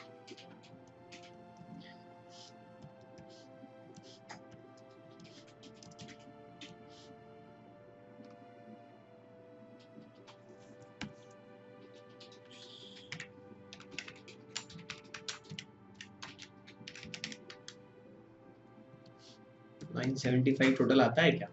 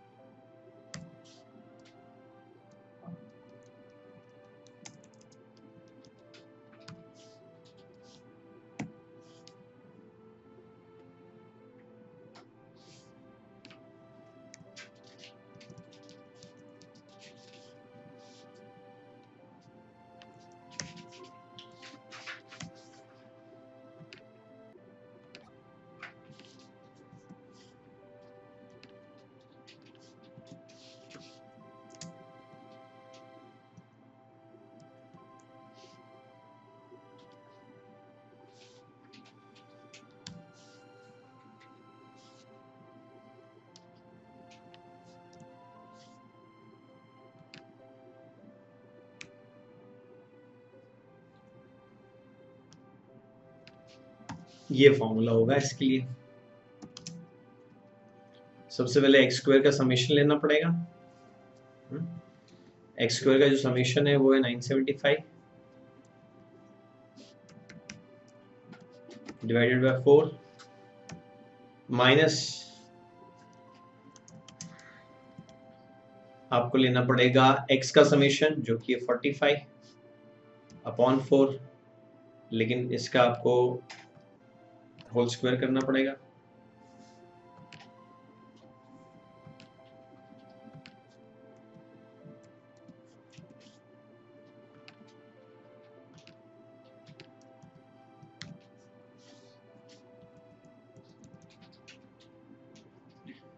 तो चलिए सॉल्व कर लेते हैं। 975 divided by 4 m plus 45 by 4 m minus मेरे recall under root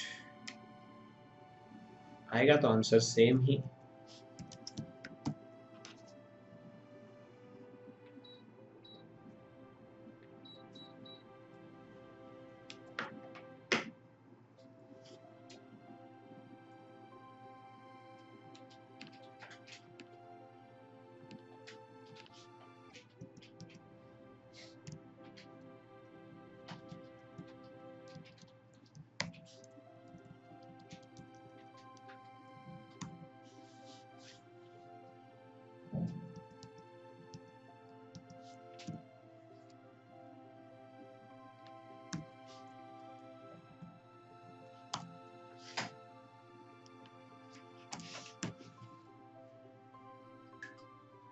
Y square का टोटल कितना था?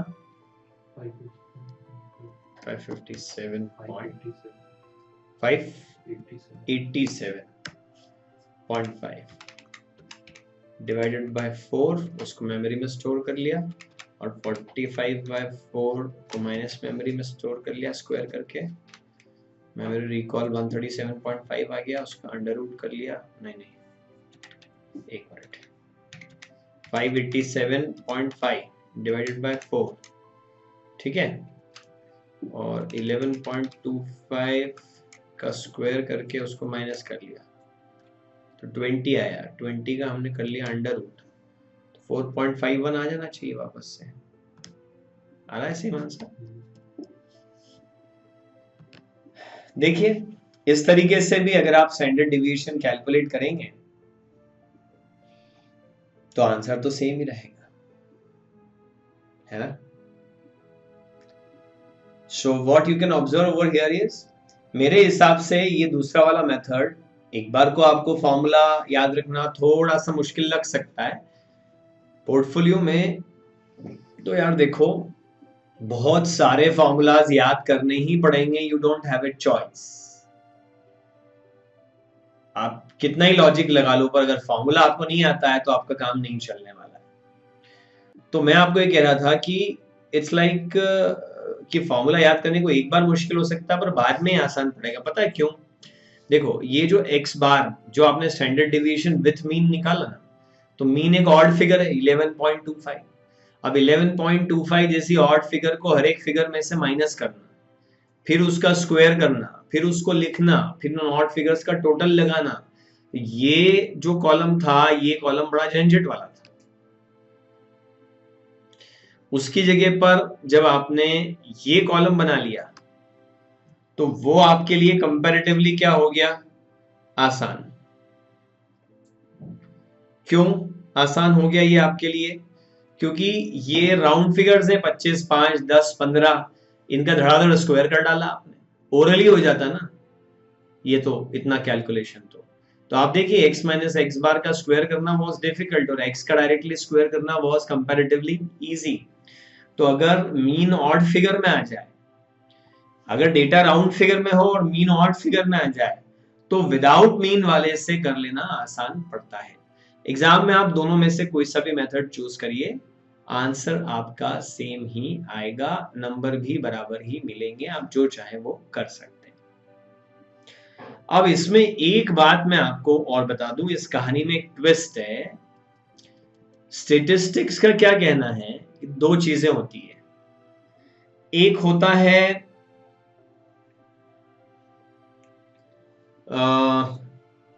पॉपुलेशन और एक होता है सैंपल। पॉपुलेशन मतलब सारा अवेलेबल डेटा, जैसे मान लो एक स्कूल में 1000 बच्चे पढ़ते हैं, उन 1000 बच्चों की आपने हाइट का मेजरमेंट करा, तो ये 1000 डेटा आपके पास में इकट्ठा हो गया। तो पूरा डेटा लेकर के आपको एनालिसिस करें, ये पॉपुलेशन है। लेकिन इस 1000 में से 20 बच्चों का सैंपल आपने ले लिया, उनकी हाइट का मेजरमेंट रखा, उसके ऊपर मीन, स्टैंडर्ड डिविएशन, कोरिलेशन जो निकालना है वो निकाला आपने। So this is sample.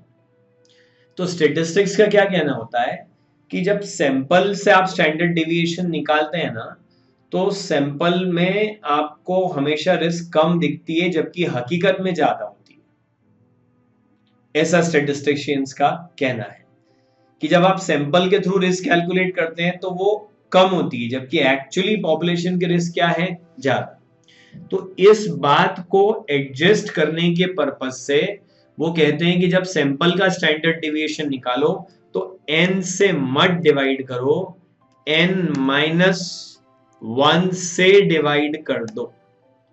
n से मत डिवाइड करो, किससे डिवाइड कर दो, यहां देखो n-1 से। तो n-1 से, ये 1 is the degree of freedom. अब ये कंसेप्ट है, what is degree of freedom is none of our business. 1 is the degree of freedom. इसको जब आप माइनस करोगे तो डिनोमिनेटर खुद ब खुद क्या हो जाएगा, छोटा हो जाएगा, और डिनोमिनेटर छोटा होने से रिजल्ट अपने आप ही क्या होगा, बड़ा आएगा। तो रिस्क जो कम दिख रही थी वो सही दिखने लग जाएगी। बट आई सीरियसली डाउट कि इंस्टीट्यूट एग्जाम में कभी कभार ही उन्होंने ये n-1 किया है, और मोस्टली वो n से ही सॉल्व कर जाते हैं। सर तो फिर अब हम क्या करेंगे एग्जाम में? आई रिकमेंड कि आप इसको n से ही सॉल्व कर लीजिए, लेकिन स्टैंडर्ड डिवीएशन, सिर्फ स्टैंडर्ड डिवीएशन में ये पंगा है और किसी भी चीज में नहीं, मीन में नहीं है, कोरिलेशन में नहीं है, रिग्रेशन में नहीं है, सिर्फ स्टैंडर्ड डिवीएशन में। लेकिन एक नोट डाल के आ जाइए कि I have assumed that the data given in the question is whole population and not a sample. If we assume it to be a sample, then in place of n we will divide by n-1. चलो मैं आपको लिखवा देता हूं, जब भी ये formula लिखो ना तो ये नोट लिखना साथ में, आप इधर नीचे लिख लो। लिखो I have assumed that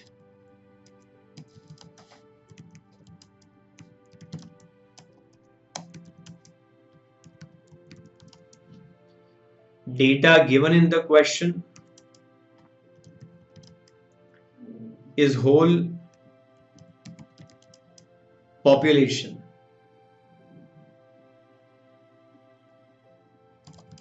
and not just a sample.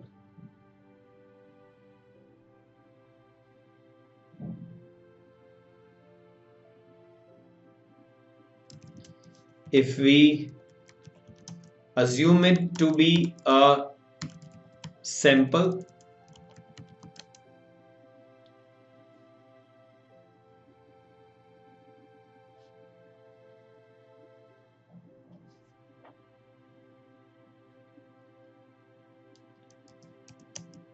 then while calculating standard deviation,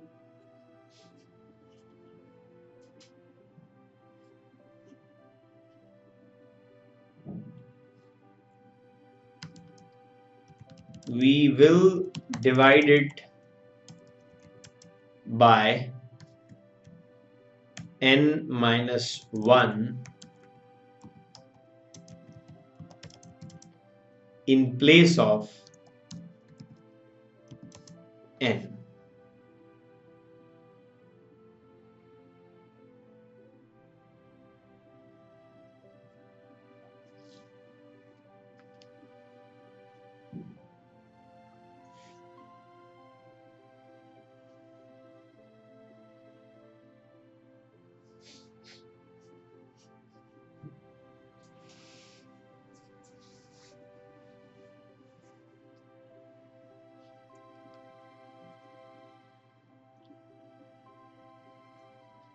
ठीक है, ऐसा नोट डाल दीजिएगा सेफ साइड पे, क्योंकि कहते नहीं आता है कि आपके अटेम्प्ट में जो क्वेश्चन आया उसका आइडियल आंसर n-1 से आ गया, तो एटलीस्ट ये नोट रहेगा, तो कॉपी चेकर कुछ तो कंसिडर करेगा आपकी बात को।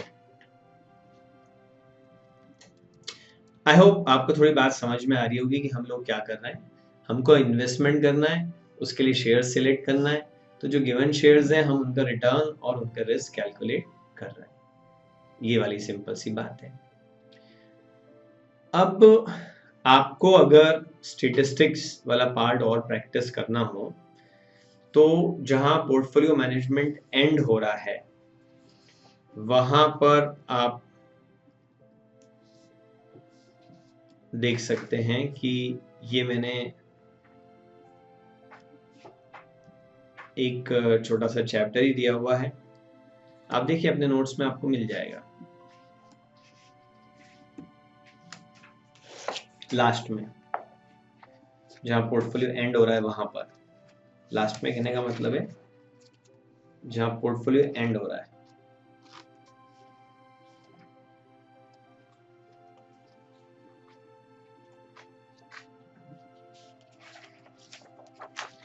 and that is statistics for strategic financial management।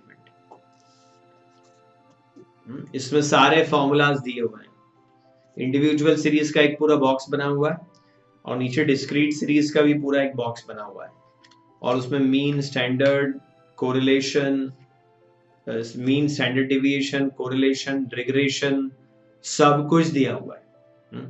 तो मैं आपसे ये चाहूंगा कि आप इसको एक बार पढ़ के आना कल। अभी तो हम पढ़ रहे हैं आगे, लेकिन ये जो सारे फॉर्मूलाज दिए हुए हैं ना, आई रिकमेंड कि ये सारे फॉर्मूलाज आप पढ़ करके एक बार आइए, थोड़ा सा स्टेटिस्टिक्स आपको क्लियर रहेगा, तो आगे चीजें समझना आपके लिए आसान हो जाएगी। चलिए, अभी जो हम लोग कैलकुलेशन कर रहे थे ये हिस्टोरिकल डेटा से कर रहे थे कि पास्ट में बजाज ऑटो ने इतना इतना इतना इतना परसेंट का रिटर्न दिया। अगर क्वेश्चन में हिस्टोरिकल डेटा देने की जगह पर फोरकास्टेड डेटा दे दें तो ये बड़ी अच्छी बात है यार। फोरकास्टेड डेटा अगर दे दें so that is really very good,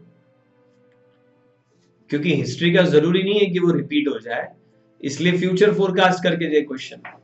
तो फिर ना डेटा सीरीज कुछ इस तरह की नजर आएगी। ये देखो, जैसे स्क्रीन पे आप यहाँ देख रहे हो कि रिटर्न ऐसा है कि 22% भी कमा सकते हो और 15% भी मिल जाए, या फिर -10% रिटर्न कमाओगे, या फिर 14% रिटर्न कमाओगे, या फिर -5% रिटर्न कमाओगे, जिनकी रिस्पेक्टिव प्रोबेबिलिटी दी गई है। जैसे ही प्रोबेबिलिटी दी है ना, तो एक बात समझ में आ जाती है कि हम फ्यूचर की बात कर रहे हैं, पास्ट की नहीं, क्योंकि पास्ट तो सर्टेन होता है, उसकी कोई प्रोबेबिलिटी नहीं होती है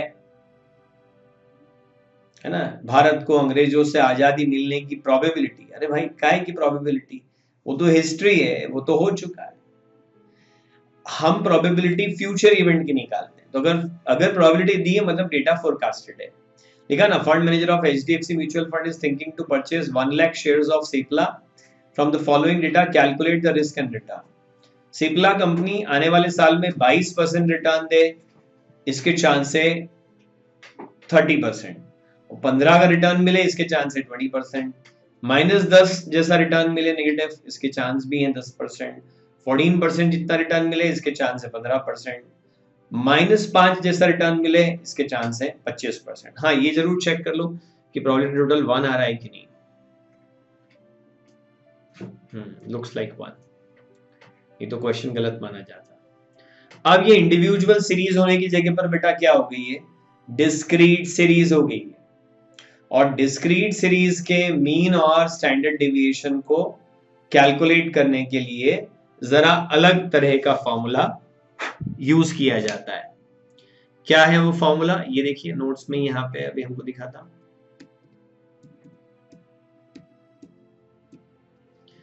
डिस्क्रीट सीरीज का जब मीन निकालना होता है ना, तो उसके लिए ये देखो, ये जो मैंने सिलेक्ट किया है, summation of x upon n नहीं होता है, summation of fx upon summation of F होता है। Here F is frequency. X का समेशन मत करो, एक्स को उसकी फ्रीक्वेंसी से मल्टीप्लाई करो, उसका टोटल लगाओ और फिर फ्रीक्वेंसी के टोटल से डिवाइड कर दो। पर हमारे क्वेश्चन में ना फ्रीक्वेंसी के नाम पे प्रोबेबिलिटी डिस्ट्रीब्यूशन दिया होता है, क्योंकि हम पोर्टफोलियो पढ़ रहे हैं तो हमारे वही काम में आएगा। फ्रीक्वेंसी के नाम पे ये एक्स सीरीज, ये उसकी फ्रीक्वेंसी, तो फ्रीक्वेंसी के नाम पे क्या दिया हुआ होता है, प्रोबेबिलिटी डिस्ट्रीब्यूशन दिया होता है। तो एफ लिखने की जगह पी लिख दो, तो हो जाएगा summation of P x divided by summation of P. तो समेशन ऑफ पी हो जाएगा, तो समेशन ऑफ प्रोबेबिलिटी तो हमेशा क्या आता है, वन। वन से क्या डिवाइड करना, तो मत करो डिवाइड, तो फिर फॉर्मूला ये हो जाता है x bar is equal to simply summation of P x. अच्छा, फिर स्टैंडर्ड डेविएशन की बात आती है। फिर इसमें भी वही विथ मीन विदाउट मीन। देखो विथ मीन अगर आप कैलकुलेट कर रहे हो तो है वही x माइनस एक्स बार, लेकिन साथ में मल्टीप्लाइड किससे है, frequency, then under root, then summation of frequency. लेकिन फिर वही फ्रीक्वेंसी के नाम पे हमको क्या दी हुई होती है क्वेश्चन में, प्रोबेबिलिटी, तो हम f लिखने की जगह p लिख देंगे। तो ये x माइनस एक्स बार का स्क्वायर तो होगा, लेकिन मल्टीप्लाई किससे होगा, p से, फिर समेशन होगा, फिर divided by summation of p करने की जरूरत नहीं है, क्योंकि वो तो कितना आने वाला है, 1। ये विथ मीन की बात थी, ऐसे ही विदाउट मीन भी हो सकता है। बस वो सेम फॉर्मूला है, जहां जहां x था वहां साथ साथ में f आ गया है। Summation of F x square upon summation of f minus summation of F x upon summation of f का होल स्क्वायर। और फिर हमने f को रिप्लेस कर दिया p से, तो फॉर्मूला सिंपल बन गया, summation of P x square minus summation of P x का होल स्क्वायर। सॉरी, तो बहुत फॉर्मूला हो गए, इसे तो बोल रहा हूँ स्टेटिस्टिक्स के फॉर्मूला आप पढ़ के आइएगा कल, और जितने फॉर्मूला आज यूज करें उनको कम से कम दो दो बार कॉपी में, बिना पुरानी पुरानी कॉपी को रेफर करे फॉर्मूला लिख करके देखिए। फॉर्मूला याद होंगे तभी आपका काम चलेगा। सीए एग्जाम में फॉर्मूला छपे हुए नहीं आते। आओ एक क्वेश्चन करते हैं हम, ये वाला।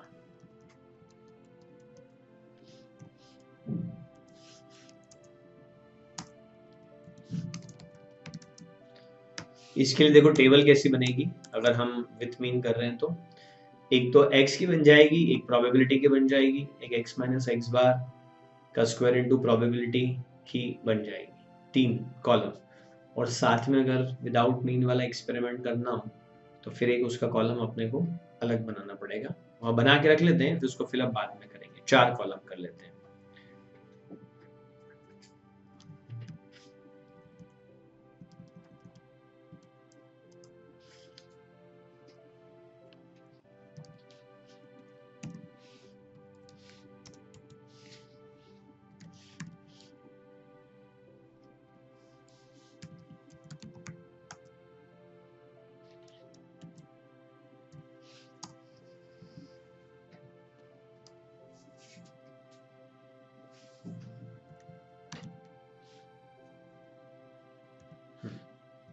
एक तो अपना x हो गया,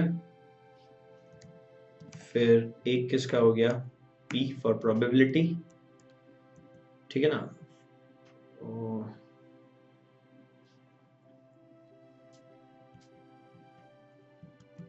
फिर एक xp का भी तो बनेगा,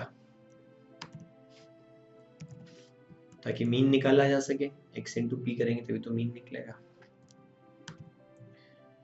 और फिर बनेगा स्क्वायर वाला, कुछ इस तरह का बनेगा, बस इसको p से मल्टीप्लाई करना रहेगा।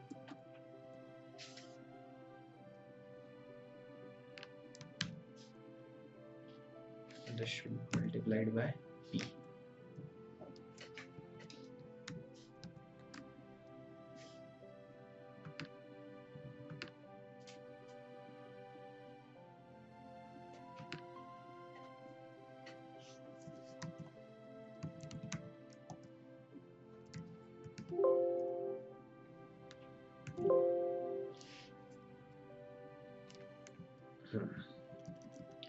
चलो इसको फिल इन द ब्लैंक्स करो।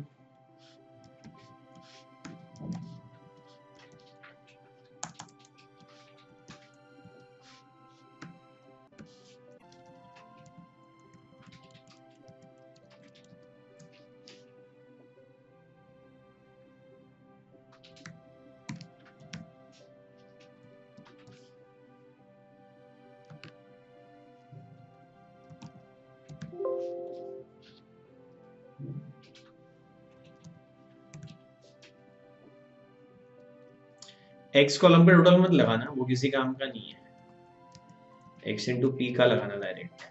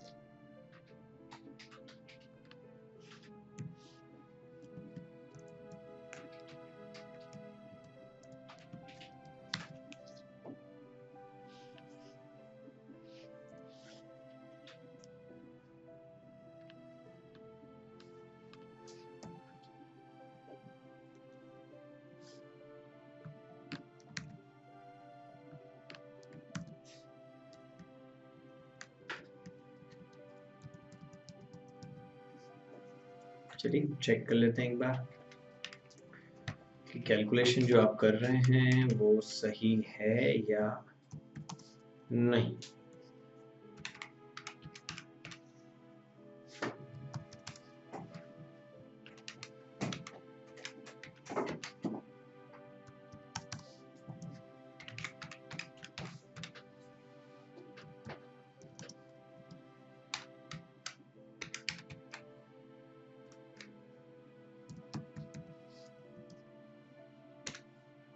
कितना टोटल आता है? यही मीन हो गया अपने आप में, और कोई कैलकुलेशन करने की जरूरत ही नहीं है। Summation of x P is mean.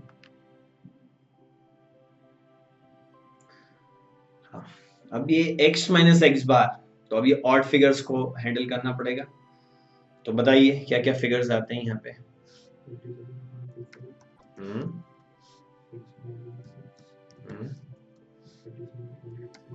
37.83, 3.10, 52.20, total 146.54, और ये 146.54 जो आ गया इसका अंडर रूट 12 चलो अब हम क्या करते हैं कि एक जो कॉलम है वो हम एक्स स्क्वायर पी का भी बनाते हैं। एक्स स्क्वायर पी,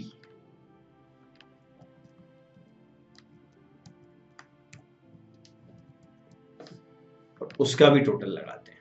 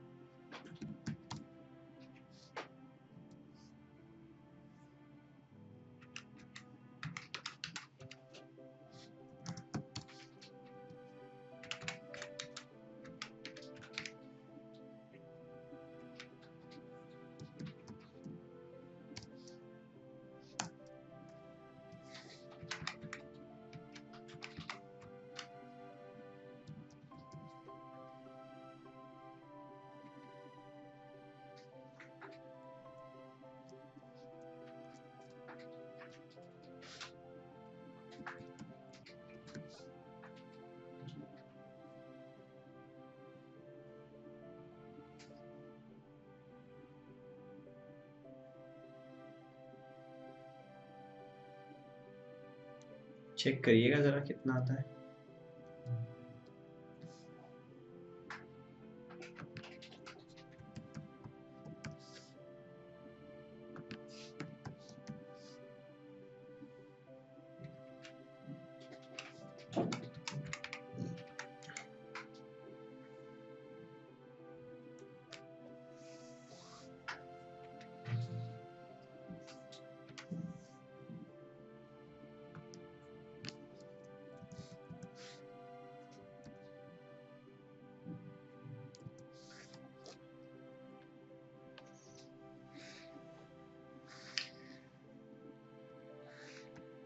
देखिए आंसर अभी भी वही है।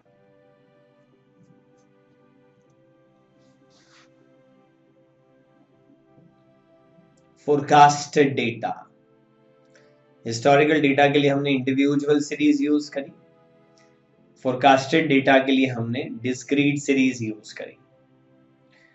डिस्क्रीट सीरीज का mean simply summation of px हो गया।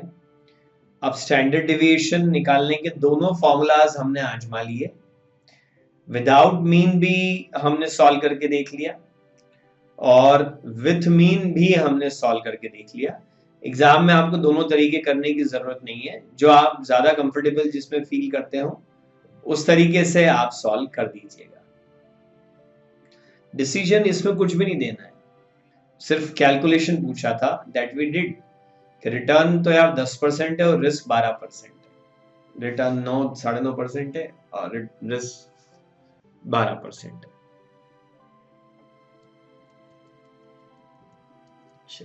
क्वेश्चन 8 आपके लिए होमवर्क है, मार्क कर लेते हैं।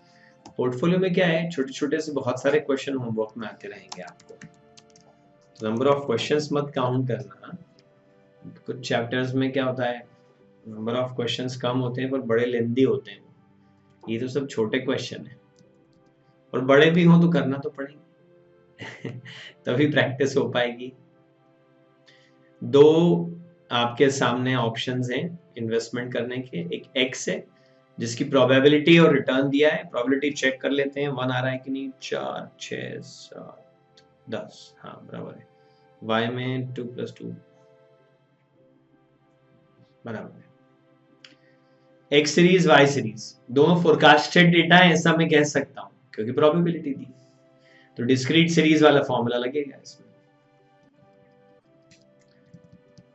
What is expected return for stock X and stock Y? What is standard deviation for X and Y? And which stock do you prefer and why? Do you prefer तक तो ठीक है, why का मतलब which stock do you prefer and why का answer देने के लिए एक नोट आपको लिखना पड़ेगा। लिख लीजिए concept note.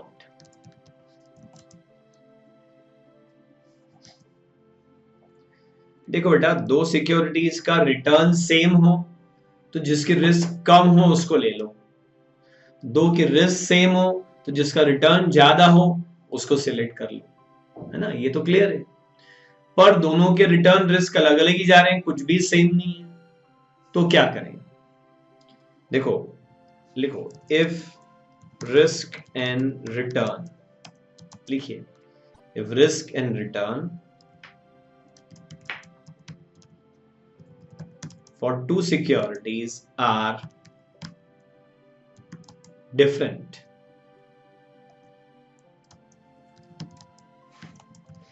then to choose one of them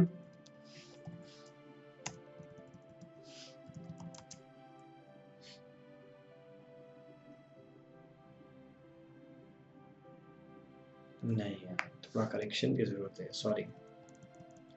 Then we will select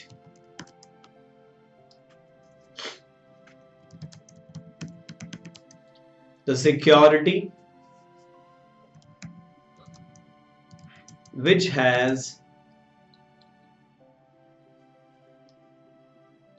lower CV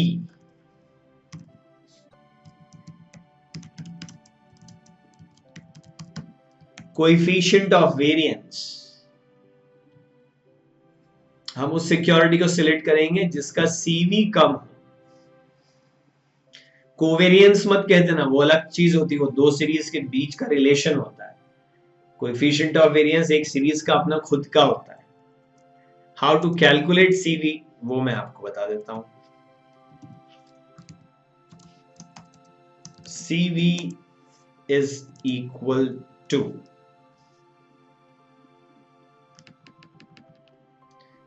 एक तो आप लेंगे न्यूमरेटर में आप लेंगे रिस्क यानी कि सिग्मा,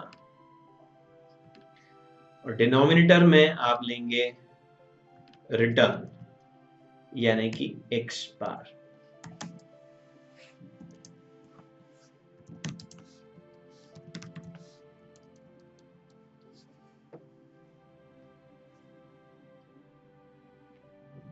सिग्मा अपॉन एक्स बार।